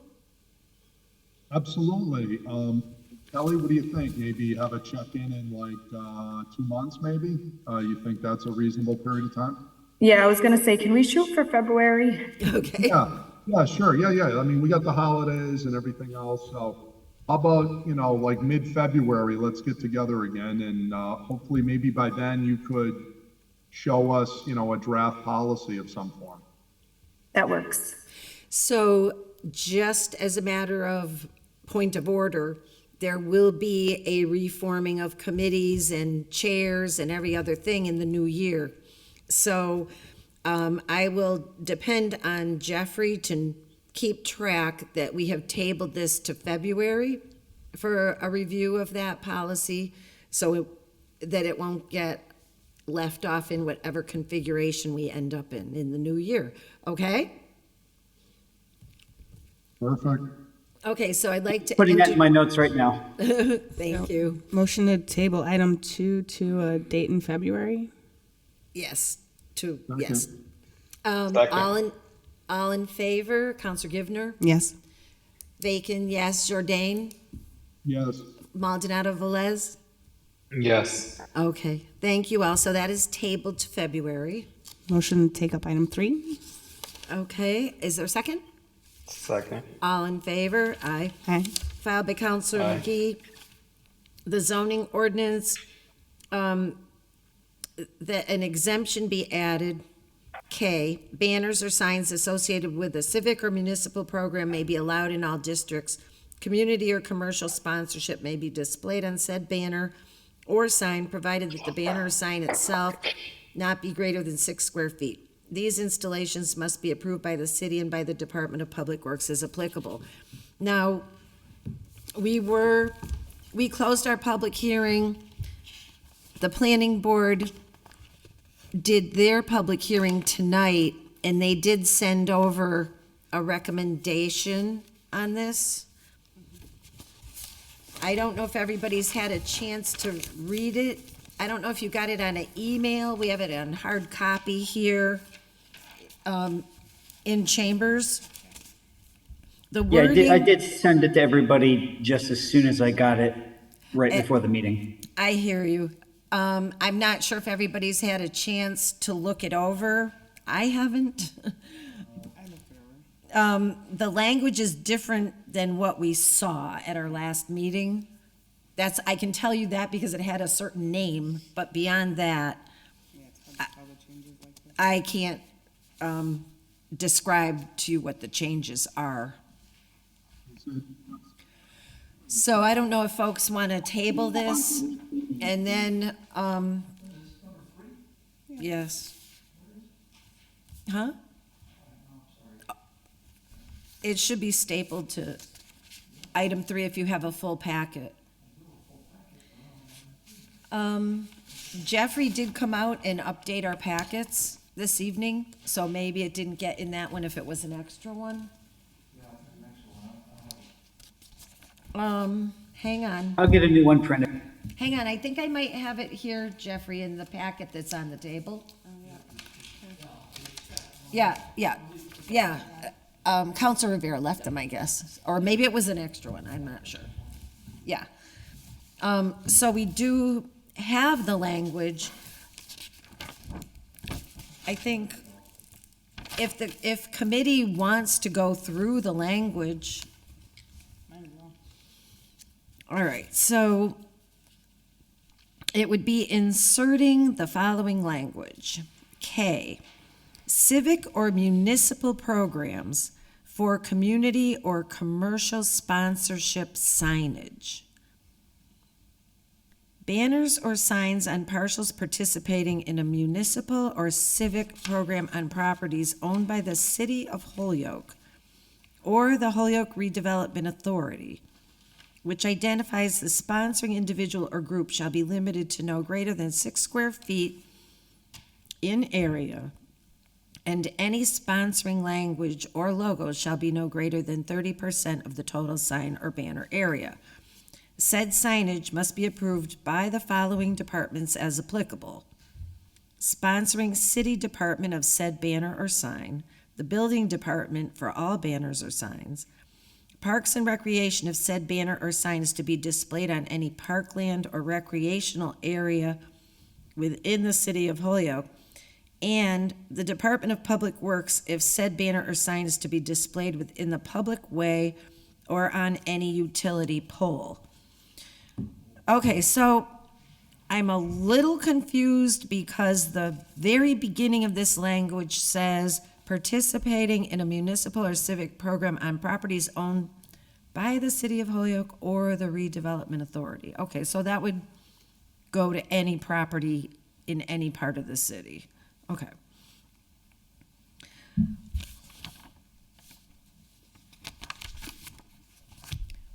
So I'm not seeing any hands from committee, but I'm a little bit lost again on the whole distinction between a civic program or a municipal program, which was kind of what we were going back and forth about. Counselor Bartley. Yeah, Madam Chair, thanks. Okay, so this is a can always be a real sticky wicket dealing with signage regulations and laws. So I would only say a couple of things. So civic or municipal, I think that's it probably has to be defined. So I think you're raising a good point. If you're going to say, use different words and then jumble them up, you might want to consider having a definition section within this, because it's just going to lead to confusion. And just for your consideration, the wording should be, to me, a little clearer in here, and I need to think it out and read it better. It's not a bad start. Third, I'd like to know why we're actually doing this. I mean, what is there has to be a basic reason. And then fourth and lastly, that little four there, the IV, the Department of Public Works have said banner or sign is to be displayed within the public way or on any utility pole. First, okay, well, so the DPW has nothing to do with utility poles. That's only the Holyoke Gas and Electric, and quite often that's only Verizon. So that needs to be reworded to explain that part.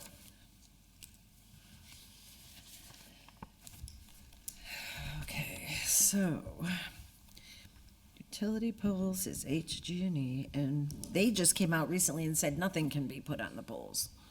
So the poles in the city are owned by two entities, HG&E and Verizon, the successor to New England Telephone and Telegraph. Now, obviously I have no idea which ones are which, but HG&E does. And generally they don't want anything on any poles. And the only way we can put municipal signs is such as we just did it on Michigan Ave for persons with autism. So we put up a sign on Michigan Ave there, and we posted it to a telephone pole. Well, I had to get HG&E's permission to do that. So Okay. I don't think they're going to be real keen on having big banner signs on here. But if you are, you need to have HG&E, not DPW. Okay, so just for the benefit of the committee, I found the language from our last meeting, from which this is completely different. The language from our last meeting was an adopt a spot signage. And the idea was to try to promote these particular areas in the city for a particular program. The only problem was the program hadn't been initiated yet. So we were a little ahead of ourselves on defining it. But that was the idea behind this language that we're looking at now. But I see Councilor Jourdain has his hand up, and I see Councilor Rivera has joined us on Zoom. So Councilor Jourdain? Yes, Madam Chair, one of the things I'm wondering when we say civic program, so now we've already branched out from the municipality, right? So that's an immediate red flag to me that this isn't related to a city-run program. So it might be quote unquote city approved, but now we're inviting, I guess, organizations to then start having programs on city property, of signage on city properties. So I guess what I'm wondering is, are we talking about, we're gonna either start renting or charging, to have my whatever program that we wanna have, a signage program, like for example, I have Kevin's Car Wash, and I'm gonna pay $100 a month per park to put my six square foot sign at come to Kevin's Car Wash. And, I pay X dollars to the city to have this sign at. I'm just wondering what we're driving at here. Like a municipal sign program, as far as I'm concerned, do we even need an ordinance for that, right? Can the city on its own property put up, a sign that says, signups for Holyoke Youth Baseball or something, or, Park and Rec sponsored basketball league, and they put a sign up at all the basketball ports in the city or something, or they put up a sign on the street that says Happy Holidays or something. I mean, I'm just wondering where that word civic program, I'm starting to wonder what this thing is all about. Well, and Councilor Jourdain, just for clarification, we went back and forth on discussion on this point at our last meeting because this is coming to us as an order to add it as an exemption. And we had discussion about how this language we're looking at tonight is broader than the language we talked about before. And it's under the category of an exemption from the sign ordinance, just as a reminder. So I want to recognize Councilor Rivera. Madam Chair, thank you. I think for me, and if I can recollect what Mr. Vega had presented before, in their mind, it was more or less focused more on something similar to the Adopt an Island program. Right. But I think I'm in the same contextual, or at least in the same mindset as Councilor Jourdain with regards to like charges and costs, right? With regards to that. But I think there's a sticky situation here, as mentioned before, because for me, it's okay, if there's an ordinance around signs, so then how is the Blue Sox able to put up a bunch of signs at the baseball field? They're not a municipal organization. Are we charging them when they do that? So I think for me, when we speak on this particular issue, and I'm not saying that I don't want them to do that, but it's just ideally if Parks and Rec can, and I'm saying that this is for Parks and Rec, but if Parks and Rec can have somebody hang up banners of some sort along Mackenzie Field or one of the fields and charge and make some money off of it or whatever it is, I don't see the issue behind it. And it sounds like this would allow something like that as long as it's municipally approved and sponsored. But again, for me, it's more about like, I know that it has more to do with Explore Holyoke. It has more to do with wayfinding within the community. And it's not necessarily telephone poles. They're light poles too. There's a variety of different poles throughout the city. I just drove by one, a light pole that has a DARE sign that's probably been up there for almost 40 years. So like, there are signs on the poles that's on the light poles for the most part. Right. Already existing. And a lot of them, some of them don't even have to do with city municipal stuff. So I think we're getting to a point where we're formalizing some of these things so that way everything that they're trying to do out of the planning office and as well as any other initiatives that the city departments are trying to do, they get supported, and maybe, as Councilor Jourdain had pointed out, is through hopefully some fees attached to some of this. But thank you again. Okay, thank you. Okay, thank you. We have an echo now? Oh. I would just note that the sign size is limited to no more than 6 square feet, so it wouldn't include banners. So I'm just a little unclear, but I don't know what the will of the committee is in this regard. Linda? Councilor Bartley? Yeah. Yeah, like I said at the beginning, that I think you're getting to a real sticky wicket on any of this stuff, but just for further consideration, certainly a civic group would be, as a councilor mentioned, something like the Blue Sox, put up a little sign say game today. They've done that for years, put a little sandwich board up on Crozier Field or in the tree belt. They've been doing that forever. The other thing that's not mentioned here is duration. Are these signs up for a week, a month, a year, forever? I mean, that's just, we've had these little debates before, and sometimes people get really uptight about it, and that's fine. But I think if you're going to do this, then you got to probably put definition section in, whether it's civic or municipal. I'm not real keen on civic, but you better define it, or you better have a process, and then And then the last thing I'll say is there may in fact be a template somewhere where another municipality put this together. I think this is a really good start. I don't really think there's anything poorly written in here, but I really believe it needs to be thought out a lot more with some changes, and I would in no way want to see this go on to City Council until this is really reviewed some more in this committee. So I'm just going to put a note, need definitions, because I don't know, I just kind of look at it, I don't really know what they're talking about, so. And the maker of the order is not here to really say a whole lot, yeah. So maybe I could entertain a motion to table, and then the next committee can take it up to flesh it out. Yeah, motion to table, item 3. Is there a second? Second. All in favor? Counselor Givner? Yes. Bacon, yes. Jourdain? Yes. Rivera? Yes. Thank you. Oh, Counselor Maldonado Velez.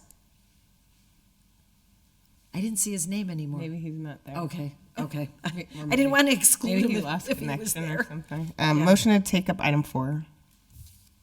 Second. All in favor? Aye.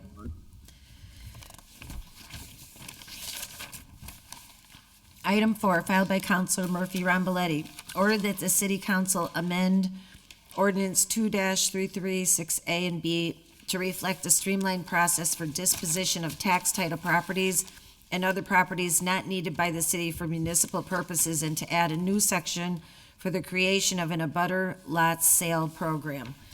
Now, we were all provided with a redlined version with the changes after we had sent it back, asking for certain aspects of the ordinance to be, that had been deleted, to be put back in the language. So I guess my question to committee is, has everybody had a chance to review the redlined version to take this up for action tonight? And the maker of the orders, is she still here? I do not. You have to press that blue. Oh, wait, I do see her here. I don't see her hand up, but I see Counselor Murphy Ramboletti is listed as a participant. I am here. I don't have much more to add. I had the chance to look through it. I'm comfortable. This is what I thought we had talked about before, so I'm good with it. Okay, thank you. So, to members of the committee, the concern that came up was not about adding the abutter part. I think everybody was good with that. The concern was that certain actions of the city council had been taken out of the ordinance. So we wanted that to be put back in.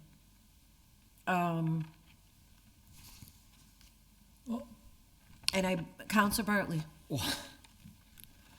So this is just the abutters program. A program developed to provide an abutting landowner. Is this the language we're going with? A program developed to provide an abutting landowner with the first opportunity to acquire an abutting parcel foreclosed for tax title. Regulations for the program shall be promulgated and periodically published by the tax title custodian. Mm-hmm. Is that the language you're going with? That's the language that has been provided. Well, if I may, Madam Chair? Yes, you have the floor. Okay, first off,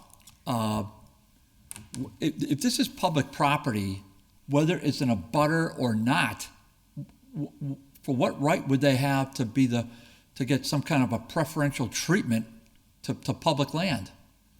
Well, it's rhetorical. I'm not saying, what right would anyone have just because they happen to own a property to buy it first or to be the first to know about it?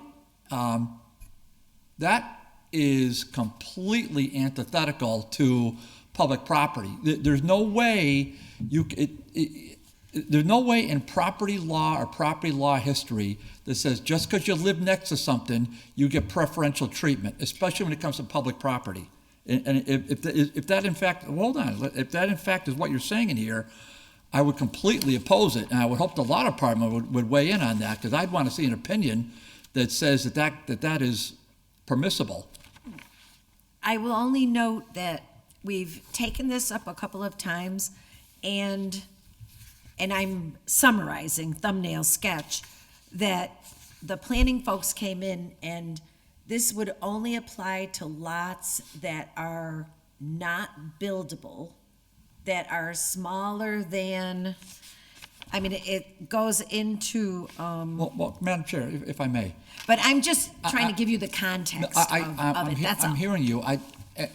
And probably for practical reasons, that'll take place. But to say, and so to give the first opportunity to anybody other than the public, you can't do that.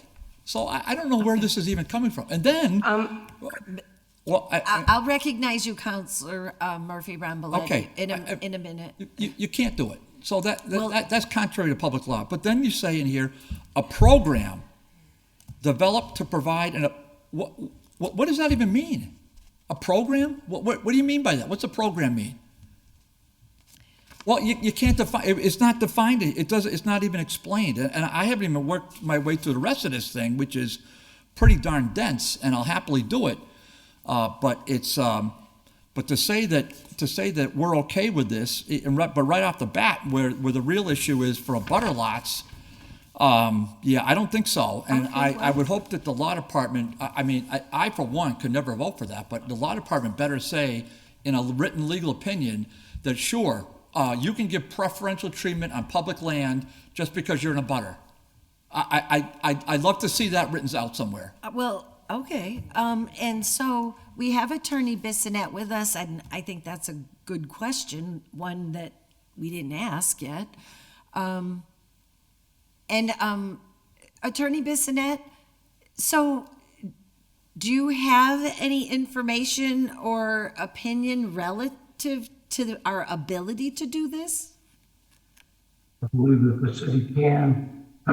It's under, many of these are lots of low value that the treasurer could dispense with by sale or sale to abutters. So it depends on the value of the property. I would double check. They may misname it, calling it sale by abutters. I'm sorry, I just didn't catch that last thing you said. There's an awful lot of communities I'm aware of that have an abutters lot sale with preferential treatment. They may be misnaming it, maybe land is low value, which allows that for properties under 5,000.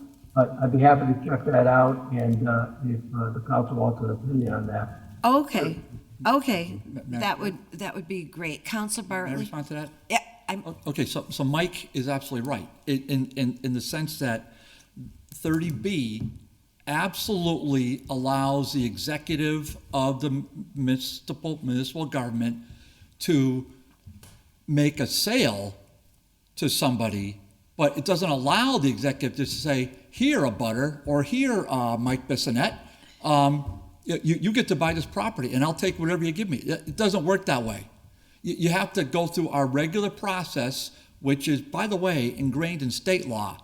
So to declare it surplus and then to sell it. So 2/3 majority. That's one. There is also, as Attorney Bissonnette said, a so-called abutter sale, but that is put out to public notice. You don't just get to say, here, Mary Jones at 15 Main Street, we're selling 17 Main Street, and why don't you buy it? Why don't you be the first to know? There's no way that works in the public world. So I just say this has got to be embellished a lot more. And Mike's onto it. Certainly, right. Those points are valid. But this whole thing about preferential treatment, no. Counselor Murphy Ramboletti. Oh, thank you. Really appreciate that. We have Welcome to the conversation that we have been having since June 27th of this year. We had this conversation multiple times. We had it on the 27th, on August 22nd, on September 12th, and on November 28th. And these are actually all things that we have discussed multiple times. So I'm sorry that this is your first time seeing it. I'm sorry that this is your first time looking through it. But with all due respect, the reason why this was filed, and I'll repeat myself again, because I have said this multiple times at multiple meetings. The law department asked me to file this order, but I am also a former city employee from the Planning and Economic Development Office, and as the chair of DGR, I am well aware that we need a more efficient way to dispose of property. No one's trying to break any laws. Tax title foreclosures in particular should not be held as long as they are currently. We should have, this is why I filed this order, we should have a whole menu of options that still maintain transparency, but expedite the process. And that is exactly what this is trying to do within a butter lots sale program. Many neighboring communities have a way to get rid of vacant lots in the hands of abutters for a variety of uses, but our most important thing is that we want these small, undevelopable properties that would make more sense for an abutter to know about it, when in the past, there were times when abutters were not even, they got the notification, but they weren't aware. For whatever reason, all we're trying to do is make it easier to get rid of these properties that are not developable, that are not generating tax money, and get them back on the rolls. And at the end of the day, that's it. We're not trying to pull a fast one on anyone. And it's just really frustrating, to be honest. It's frustrating that we're having this conversation in this manner now, after this has been tabled 4 other times. So apologies if I sound like I've lost my patience, but I have, because this shouldn't be something that we keep tabling. This is not supposed to be controversial, and this is not that crazy of a program. There are so many neighboring communities who do something similar. So thank you for the opportunity to speak. If we want to table it again, what's another month, right? Thank you. So, Counselor Murphy-Ramboletti, I would just remind you that the reason we sent it back to legal wasn't because of the intention of the order, but it was because significant portion of the ordinance had been deleted, and the red line version that had been requested was not provided. And so the committee sent it back to the legal department to have the language restored that had never been asked to be removed. So I would just respectfully remind you that that was what caused the latest version to be presented. And now that a person is, for the first time, looking at this revised language and raising certain questions, which Attorney Bissonnette has said that he would get back to us on, I just find to be reasonable. Counselor Jourdain. Well, yeah, sure, thank you. Counselor Jourdain. Yeah, I'm just listening to the dialogue, but I'll make a couple of my points. I'd like to just make sure, because I don't have a sort of diametrically opposed philosophical view about the program itself. In fact, I agree with Councilor Murphy-Ramboletti on the concept in terms of, you know, you have these otherwise undevelopable small lots. I think that the person who's, you know, or the abutters to that lot should be able to theoretically get a shot at, you know, what I would call you win the tie. Now, I will say, if somebody wants to pay $10,000 for a lot and the abutters only want to pay $5,000, I think we got to put some language in here about how this preference works. should the taxpayers lose $5,000 because the abutter, if they know they absolutely get approved and to the exclusion of everyone else, then that doesn't seem fair, because then abutters could lowball it knowing that they've got the shot. But if two people both bid $10,000, I absolutely think the abutter should get the preference to do it. And I think that makes a lot of sense. And the fact that we go out of our way to notify the abutter, we don't just put up a general notice, but we actually specifically send a letter to the abutter saying, hey, you know, that lot next door to you, we're putting it out for sale. Want to bid? Like, I totally think, you know, the spirit of that is great. So I'm all on board with that. Where I think this thing went off the rails at the last meeting was somehow, some way we went from that to eliminating city council vote and authority over the sale of all city property. And it was like, whoa, you literally, if we went by the last rewrite on November 28th, you literally could have sold City Hall at an auction, okay, without a vote of the city council. No, I don't think so. So the process is working. I want a limited, I think, do the spirit of what Councilor Murphy-Ramboletti wants to do with a couple of these safeguards that I don't see yet written in here yet. So in my opinion, we're getting to truth. We're getting to a workable thing. I think this thing has come a long way, because my reading of it is that this is limited in scope and they're moving in the right direction. So I guess I did have a question, whether it's Mike Bissonette, who I think is representing the law department tonight, that, do I have it right, Mike, that basically what I'm seeing in front of me here at this point, this version is just these limited abutter parcels, that's it. Anything else, it's the regular order. Council calls it available for disposition with a 2/3 vote. You have to approve the sale with a majority vote. Am I flying over the target? Thank you. Thank you. Attorney Bissonette? Thank you, Madam Chairman. This changes nothing in the council's power. The state law specifically gives the council the authority over the city property, with some exceptions. And that has to do with land of low value and treasurer's authority, or that conduces authority, really.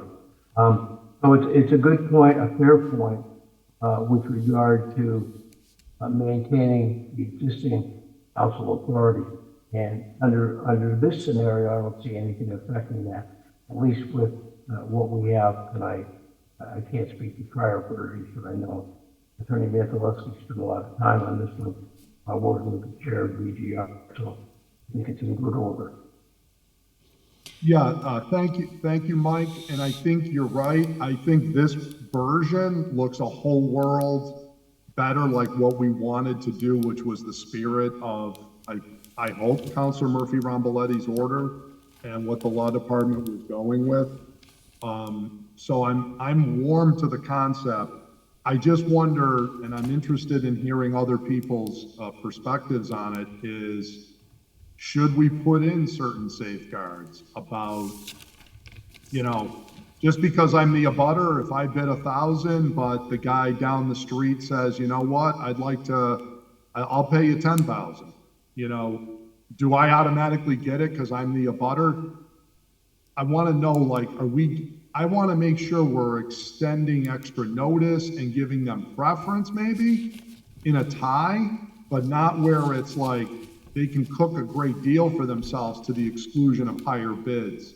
So I'd be interested in other people's perspective on how we shape that. We just note there's some language in here with regard to the uses that abutters may have, can't be a buildable lot, has to be within a certain size and value limit.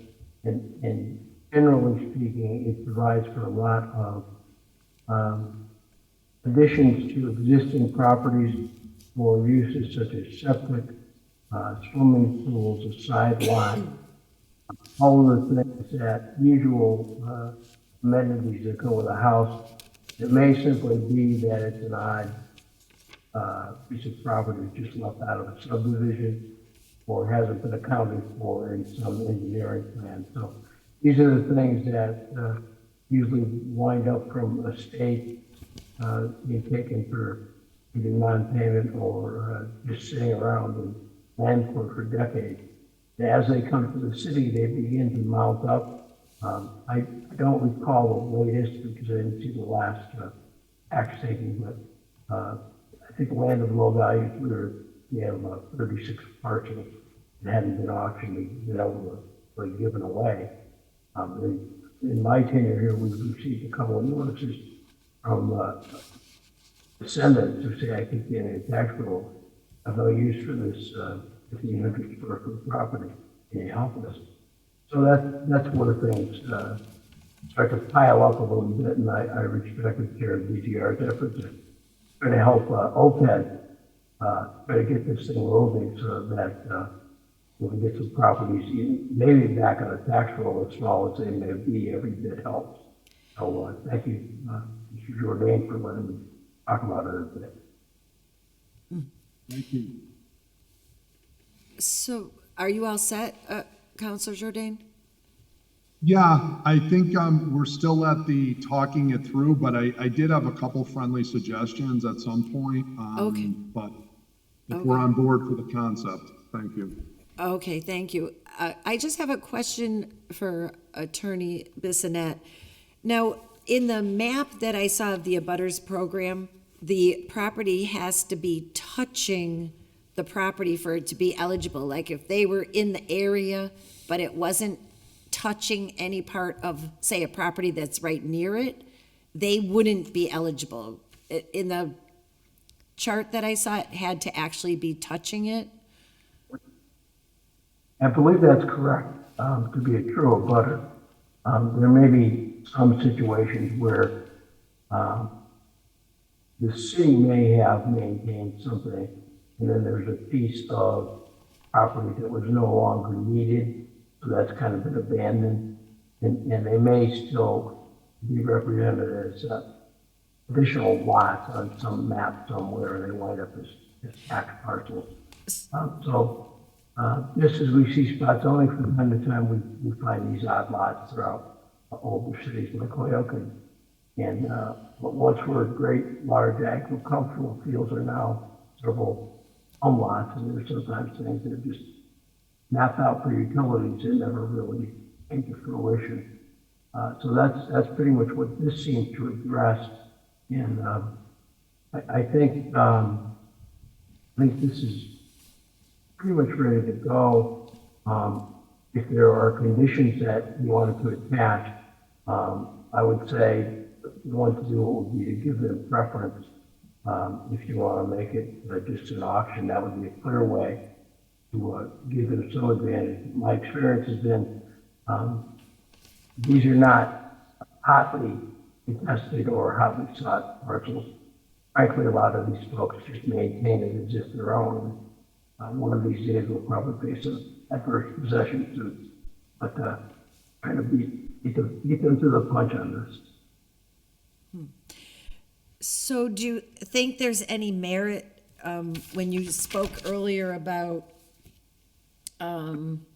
depending on the value and under an X dollar value, should that be stated in the ordinance for clarity? Or is that not necessary? I believe the one that's before you tonight has a $35,000 limit, which is one of the new changes to the Municipal Modernization Act, I'm told. So 35,000.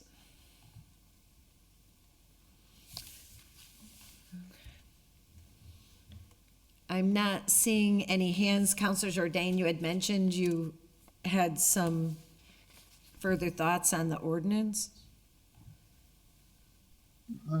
Yes, I did. First of all, I would just, it still uses the old name of the Development and Government Relations Committee, the Redevelopment Committee. I would just point out that the first paragraph of section C, we should probably change redevelopment to Development and Government.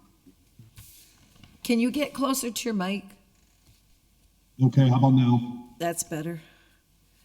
I was pointing out in the first paragraph of section C that it still says redevelopment and it should say Development and Government Relations Committee.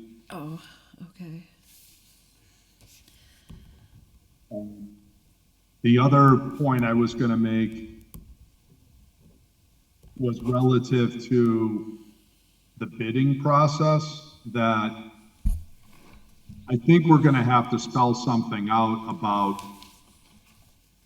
if we need to give some sort of guidance as to what does it mean for the abutter, right? That basically the bid should go to the highest bidder, the highest qualified bidder, but in the event that there's a tie bid, then the abutter should be given a priority.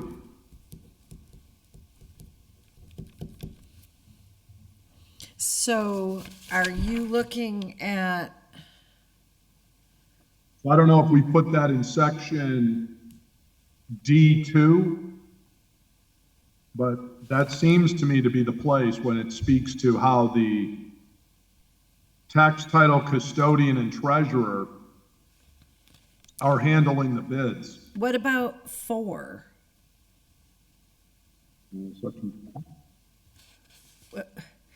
It's saying a parcel may be offered for sale through the abutter lots program more than once. If a parcel has not been disposed of through, shall be disposed of in the same manner as tax title property. Oh, okay, so that would be if it failed. Okay. What, yeah, I was thinking, Okay, so you're saying 2, okay. yeah, D2, I think somewhere in there, we should say that, the highest qualified bid should be chosen by the tax title custodian. And in the event that there's 2 bids that are the same, preference would be given to the abutter. Highest bid. So rather than, so you're saying give a preference to the abutter but keep the process the same, whereas the other one is saying if you qualify as an abutter, you're in a separate category. I don't know. I want the abutter to get notice. Not, like they should be, I think the thing we're trying to do is advertise to abutters and get them to be aware that this is an opportunity for them. And we want to encourage them to make a bid. Yeah. And then if they bid, that they're given they win the ties with any other bidder. Like, they still have to bid competitively against the whole world. But if it's tie, they get the tie. Okay, so maybe Attorney Bissonnette can help us out here. The way I was understanding the abutter program, and I might have a misunderstanding, was that certain properties were eligible for the abutter lot program.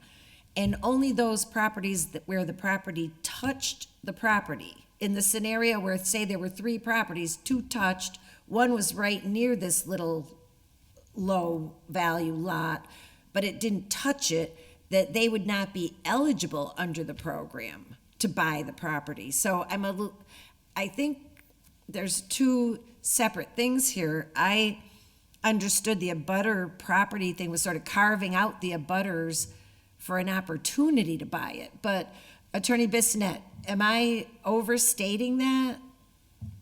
I think there may be some confusion because of the definition of the parcels that are eligible for this program. So that these lots can only be used for, let's see, a garden, side yard, landscaped open space, off-street parking, garage, septic improvements, addition to a butter's existing structure, or wishes to be utilized in connection with a proposed development. Vacant lot may be sold with another vacant lot if both of said lots are being proposed as part of a larger development. So the limitations that are stated in that definition on the screen really limits your audience, if you will, to those that are actually able to use this abutting lot for those purposes. Okay. I know Okay. for septic, it has to be touching under the code. Okay. Okay. Thank you. Counselor Givner. Thank you, Madam Chair. I just wanted to clarify. So what I've been hearing is that the city council doesn't lose any rights in this process, and that I think that was really, this is kind of the most important paragraph for me, and what's eligible, just because Which paragraph is that? the one you just read, the parcel eligible for butter lot. So Would you just tell me the number? I'm sorry. it doesn't have a number. It's on the second page in sort of the middle.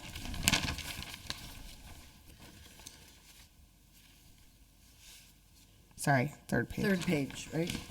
The second physical piece of paper, my Right. bad. Oh, right. And, you know, knowing that the only things this can be used for are things that somebody would probably not want to buy if they were coming in from out of town. Like, I think it does make a lot of sense, a program like this. And there are programs like this in other towns. Mhm. But, you know, anytime you have a household that may want to add a garden next door, or a organization in Holyoke maybe, or maybe you have a small lot, the lot next door has been vacant, you'd like to build a garage. I mean, these are really great ways to expand your own property. And it sounds like, I don't have a problem with doing something like this. I think it's really nice to give that opportunity to the residents that live there first, because they live there first, and because the properties have been apparently sitting there so long. So if the properties have already been available on, you know, then adding them to the abutter lot program, I don't think would be a problem. And if they're new lots, like newly becoming available, I don't see the problem either, because in this case, most of those have been sitting vacant already anyway. So we're just, I think there are good intentions with this, and I don't really see any issues with how this is worded and what its intention is. And like it was mentioned before, this has kicked back and forth quite a bit. So I think if we don't need to add anything to make it legal, if it's already legal as it is, I don't really see the problem with moving forward with something like this. Okay. Thank you. Counselor Bartley. Yeah, I, just for pointing out, just for the committee's consideration, I think I heard early on that we want to give a butter notice. We want to let a butters know that this property exists, right? Well, we have a butter notice program that's ingrained in state law when we do public hearings. Why we're not utilizing that language is I don't see it in here. I would say also, and I'm going to just make a few points, Madam Chair, if I would, under this looks like D, disposal of foreclosed tax title property eligible for a butter lot program. Mm-hmm. And then there's an I, then there's an II on there. I'm going to read this. After 30 days expired, the custodian shall send a notice to the owner of record immediately prior to the acquisition by the city of the title to such property. Is the owner of record the abutter? Or is the owner of record the party that was foreclosed upon? It's unclear. So, and then I'm going to suggest to you as well, Madam Chair, if you go under 2, again, we're talking about giving people notice, right? I think that's what I heard overwhelming by a prior speaker. And then you read this and you go on to say, well, the city, the tax title custodian shall also not less than 14 days before such appointed date, post a similar notice, here's my favorite part, in 2 or more convenient and public places. What does that mean? In the city, and publish notice in the Central Register. What, you don't post it on a website? Oh, okay, I'm just again, we heard prior speakers, Madam Chair, talk about public notice, making things more efficient. And so we've got this ambiguous comment, in 2 or more convenient and public places. Explain what that is. Well, you can't. It doesn't have a definition. So if this doesn't need to be tweaked, and then my favorite part of this whole thing, and I haven't even gotten to the end, but I'll finish this way. Number 4 is, as the chair pointed out, this is one of the more unbelievable paragraphs I've seen in my life. You've got here at the start talking about properties acquired through foreclosure of tax titles. Then you go down to 4, it says, a parcel may be offered for sale through the abutter lot program more than once. Well, what does that mean? Do we have to do as Councilor Jourdain says, wait for a number that comes through? Was it 1,000, 10,000, or $1? Okay, so that's unclear. If a parcel has not been disposed through the abutter lots program, it shall then be disposed in the same manner as tax title property, okay, which is not eligible for the abutter lots program. Mm-hmm. What does that mean? Then it goes on, notwithstanding the prior sentence, so it gets even better, if the parcel has not been disposed of, it shall then be offered again through the abutter lots program. This is like the most circular paragraph in the world. But if councilors are okay with this, well, then move it along. But to me, I heard prior qualifications from a prior speaker, and that's great. That's wonderful. Mike's an attorney, Kevin's an attorney, I'm an attorney. Stuff gets confusing, and I wish I was perfect. I'm the least perfect person in the world. But this is really hard to understand. And so I'm hearing from a prior speaker, we want to make it easier, more streamlined. Try to decipher this. And the density of it is, to me, pretty harsh. So I really wouldn't take, look, I don't get to every single meeting, if I may, just a point of personal privilege. I don't get to every meeting. I try my best. And I've been salty too on other things. And I get how people get salty, okay? I don't take none of it personal.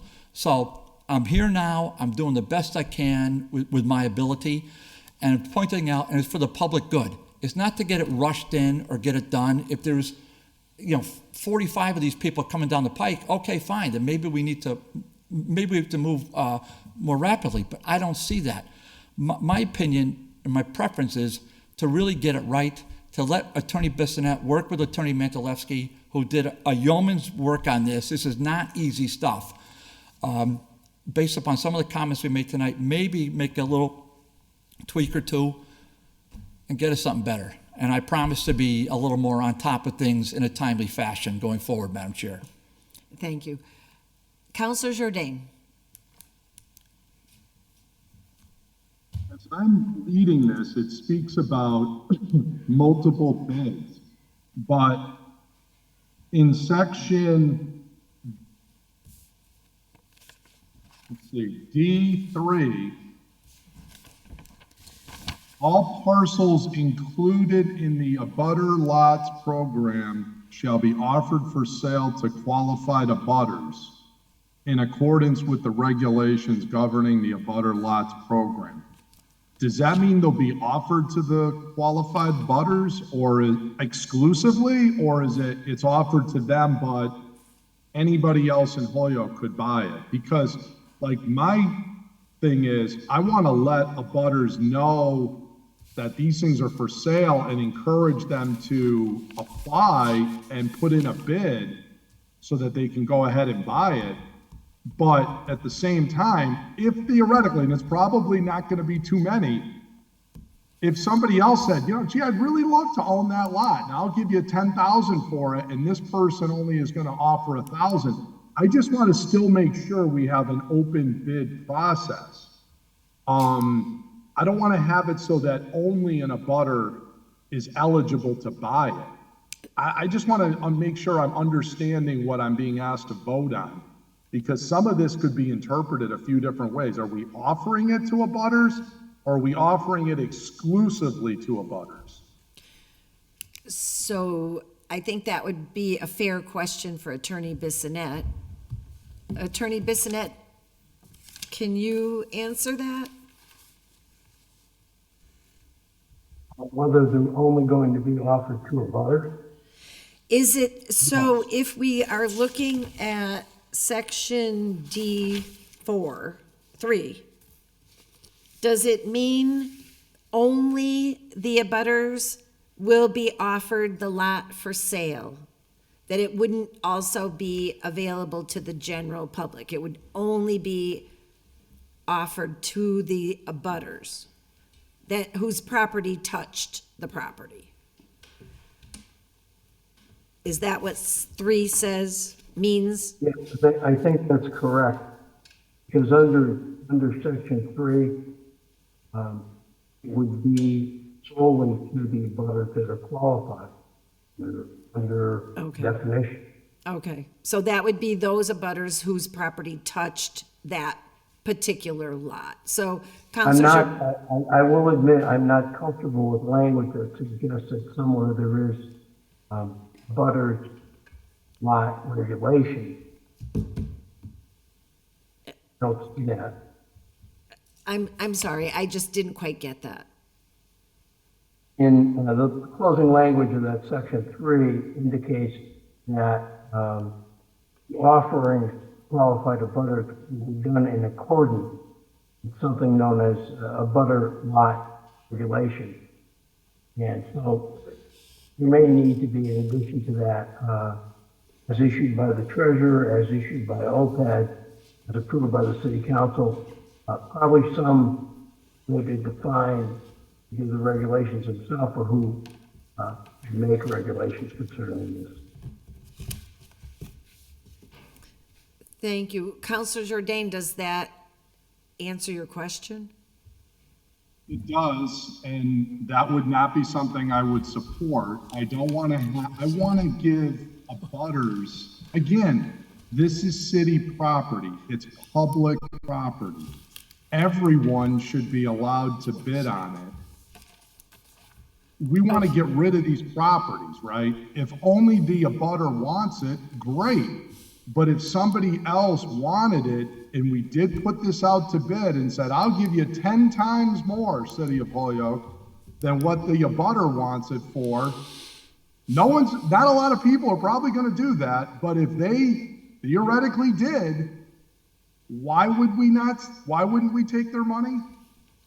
You know, I just don't want to also, if these properties, if we totally limit the number of bidders, then naturally we're probably going to get nothing. I mean, some lots, theoretically, if they're on a corner or have an odd configuration, there might only be one bidder.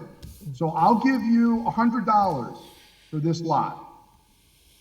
I don't know, you know, maybe the guy up the street, he liked it and he said, gee, I would have gave you 5,000 for it. I don't know. But if I'm the only person eligible to bid, I offer $100. And since I'm the only person eligible, I mean, why would we even want to create that situation?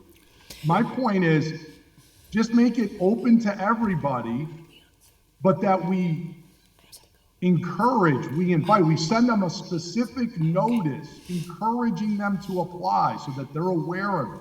Not just a general notice they may never even see, like most people. We actually send you a letter. You know, I like that. Hey, it's up for sale. We encourage you as an abutter to please apply to buy this. And you'll be given, you know, a preference, or you'll be given, like, you know, the tie goes to you as the abutter. That's what I would like to set up. And get these properties, if there are some, to do that. I think that's fair. And then it avoids the once, you know, probably the rare, but it could happen where, you know, somebody said, gee, I would have given the city 5 times more for that parcel, but I wasn't allowed to bid. You'll never face that criticism. Okay. And Kev. by just making it open to everybody. So, Thank you. thank you. So, Attorney Bissonette, would it be a hard thing to revise the language to make sure the abutters are aware and give them preference without eliminating the ability of other people to bid on it? Yes, most definitely. I'm, You that's, you can have an auction, or you can publicize this in a number of ways that would make sure that the abutters are notified personally. yeah. Adding that in, along with putting it on the website and doing such other things that would make it known to the public. Sure. Again, I want to call, one of the things that came to mind when Councilor Jourdain was talking about who else might bid, I'm reminded of Treasurer LaFlamme and particularly telling me a story about a bid where the neighbor actually had a dispute. And so one guy bid a certain amount, but his neighbor bid a larger amount, figuring the guy would bid low, and he wound up with the parcel and used it to continue the neighborhood to the loudspeakers and umpires. So there's some risk to, I don't know, additional police calls, I suppose. But most of these are clearly marked for butter use. The limitations in this proposed ordinance should make it a small market for sale anyway. So I think combining the notifications would not be a bad thing, making it in the law to be. I doubt you get very many, just for the ad, perhaps a usable lot, but that could be done fairly easily. So, yeah, 'cause I'm totally hearing the argument for trying to move these properties that have been sitting there many times for years, but I'm also hearing the argument for the open process, and if we leave it open, then we can't be criticized for limiting access, I guess. So if that could easily be done, I'm kind of getting the sense from the committee that they're not quite ready to move this. I know the maker wants to see it moved, and I think we can end up, you know, with a win-win here, just with a little bit more work, not extensive, but just maybe a small amount. Do you see that as doable, Attorney Bissonette? Doable as in trying to get it before the end of the year. You may be able to get it to the second meeting, a possibility. Yeah, that may be tough because, well, yeah, I guess it depends how much language change there will be, because it'll probably end up having to go into the next term. Well, let me see what we can get done on the next week or so. Well, yeah, so I guess if language could come forth, and if I don't know about availability of the committee to meet again. It wasn't intended that it would be meeting again in this term, but if there was a compelling reason and things were ready quickly enough, I know on another item, we've been asked to table it because law department isn't ready yet, so I'm just not sure how quickly it would be done, but I would try to be flexible and check with the committee if that was out there. So Never worked with the committee, I would admit. So I guess if you can just let me or the maker know, we can go from there. Councilor Bartley? Yeah, just sort of chair to Mike. So I think, Mike, that what I'm hearing is that we want to get notice to abutters of property proximate to them is eligible for sale to come off the tax rolls. That, I think, summarizes it. But when you have this language in here, first opportunity, what? There's no first opportunity. I mean, why don't you use the public hearing notice that I talked about that's been ingrained in state law for a long time? Abutters within 300 feet of the vacant lot, wherever it is, shall be noticed. I don't even see a process in here by which you notice people, whether it's an email or a letter. I don't see it, other than this amorphous deal, two or more convenient in public places. Mike, come on. And then the central register. So you're telling me you want the public to know about it, and you put it in the central register? Where, I mean, my good friend Mike Sullivan, he won't mind me using his name in vain. He reads the central register, but that's the kind of person who reads it. Nobody else reads that central register. And then, as you said, Mike, in little 3, qualified abutters. What does that mean? You don't define it. And you say something about regulations governing the abutter lot program. I mean, there's just stuff in here that's way too loose. And to say it's ready for prime time is, I think, an error. So I would hope that the committee would consider just tabling this for a while to give the law department a period of time to sort of weigh in on what we just said. Thanks. Okay, so we've had a lot of back and forth and some questions raised and some just, I guess, some disagreement relative to the narrow definition of the abutter program. So, Attorney Bissonette, I guess if you can take the feedback and the questions and concerns and then just let the maker of the order, I guess, Counselor Murphy Ramboletti, know when the language is ready, then we'll see if we can move it before the end of the year. Otherwise, I guess we would go into the new year and there'll be a new committee and new everything, and they can finish it off then. Very good, Madam Chair. All right. It would be nice, but I just don't see us getting it done tonight. Thank you. So at this point, I'd like to entertain a motion to table for legal to work further on the language for this ordinance. You have a quorum? Second. You do. All in favor? Motion. Givner? Aye. Yes. Jourdain? Yes. Maldonado Velez? Yes. Vacan, yes. So it's tabled for a little bit more work on the legal language, and hopefully we can end up with a win-win here. I think we're pretty close. Thank you all. So now we have just a couple more items left, I believe. I'm sorry? Motion to, We're on to item 8, right? yes. Oh, I go, you broke up a little, sorry. Motion to, Motion to take up item 8. Second.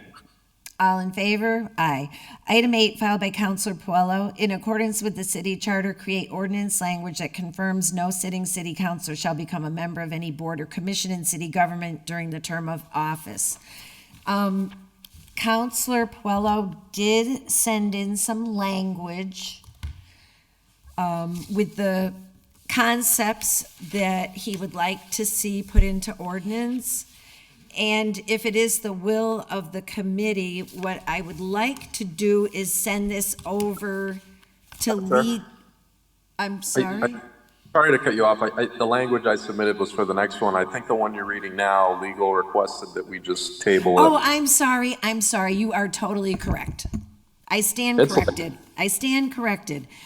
Yes, this is the order that I referred to earlier, saying that the law department had requested that we table it because they needed to research some charter language relative to it.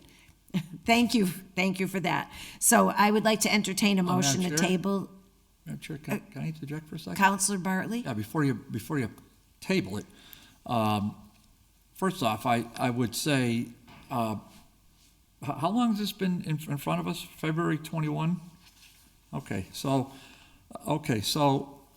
the law department has to look at the charter relative to this. So is the law department going to come back with a written opinion? And if so, when are they going to do it? I mean, are you just going to table it and just leave it floating forever? Hang on a second.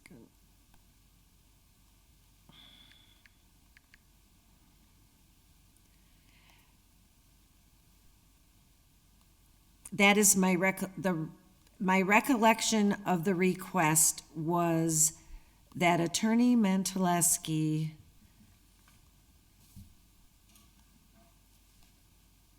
had requested that we table it Until. because she wanted to look at something relative to the charter. Hang on, I'm looking to see if I can find the exact words.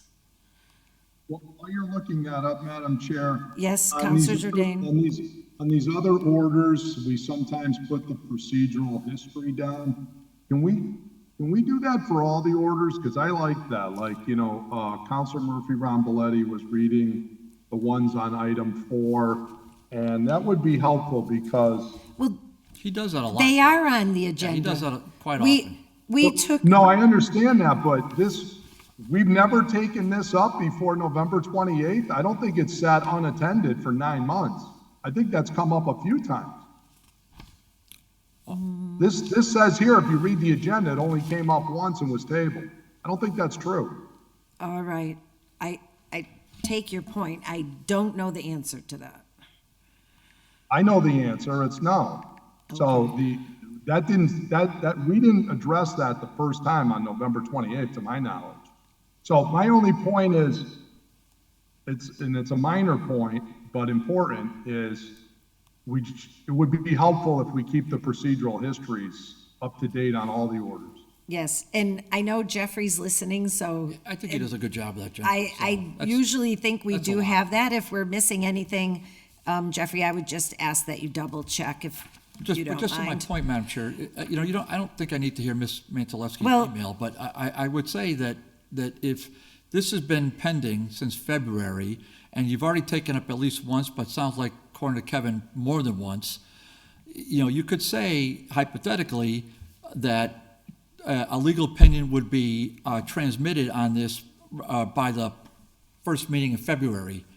I don't think that's unreasonable. So, right, and so the request came from Attorney Mentaleski that it be tabled tonight to have additional time to determine what provision of the charter it would apply to. Right, so That's it. I think a reasonable motion might be to refer it back to Law Department with the expectation that a written opinion will be delivered to the full City Council by the first meeting in February. That sounds like a fair request. Members of the committee, are you good with requesting the law Motion to table. to request the law department to give us an opinion relative to where this fits in the charter and table to February of next year in committee? We'll get a written opinion by February. That's, you gotta put a deadline on it. So Let's get a written opinion, submit to City Council. I for the first meeting in believe February. that's what I was saying, but, She's offered to give us the opinion, so. right, so We're not gonna do it tonight, so I would say. So I'd second. I'd say the motion is, let her give us her legal opinion and let's table it, but I agree Motion with to the table. point. Second. right. And do we want a date certain to get the opinion? Otherwise, it might get lost in transition. So how about if we table it to February?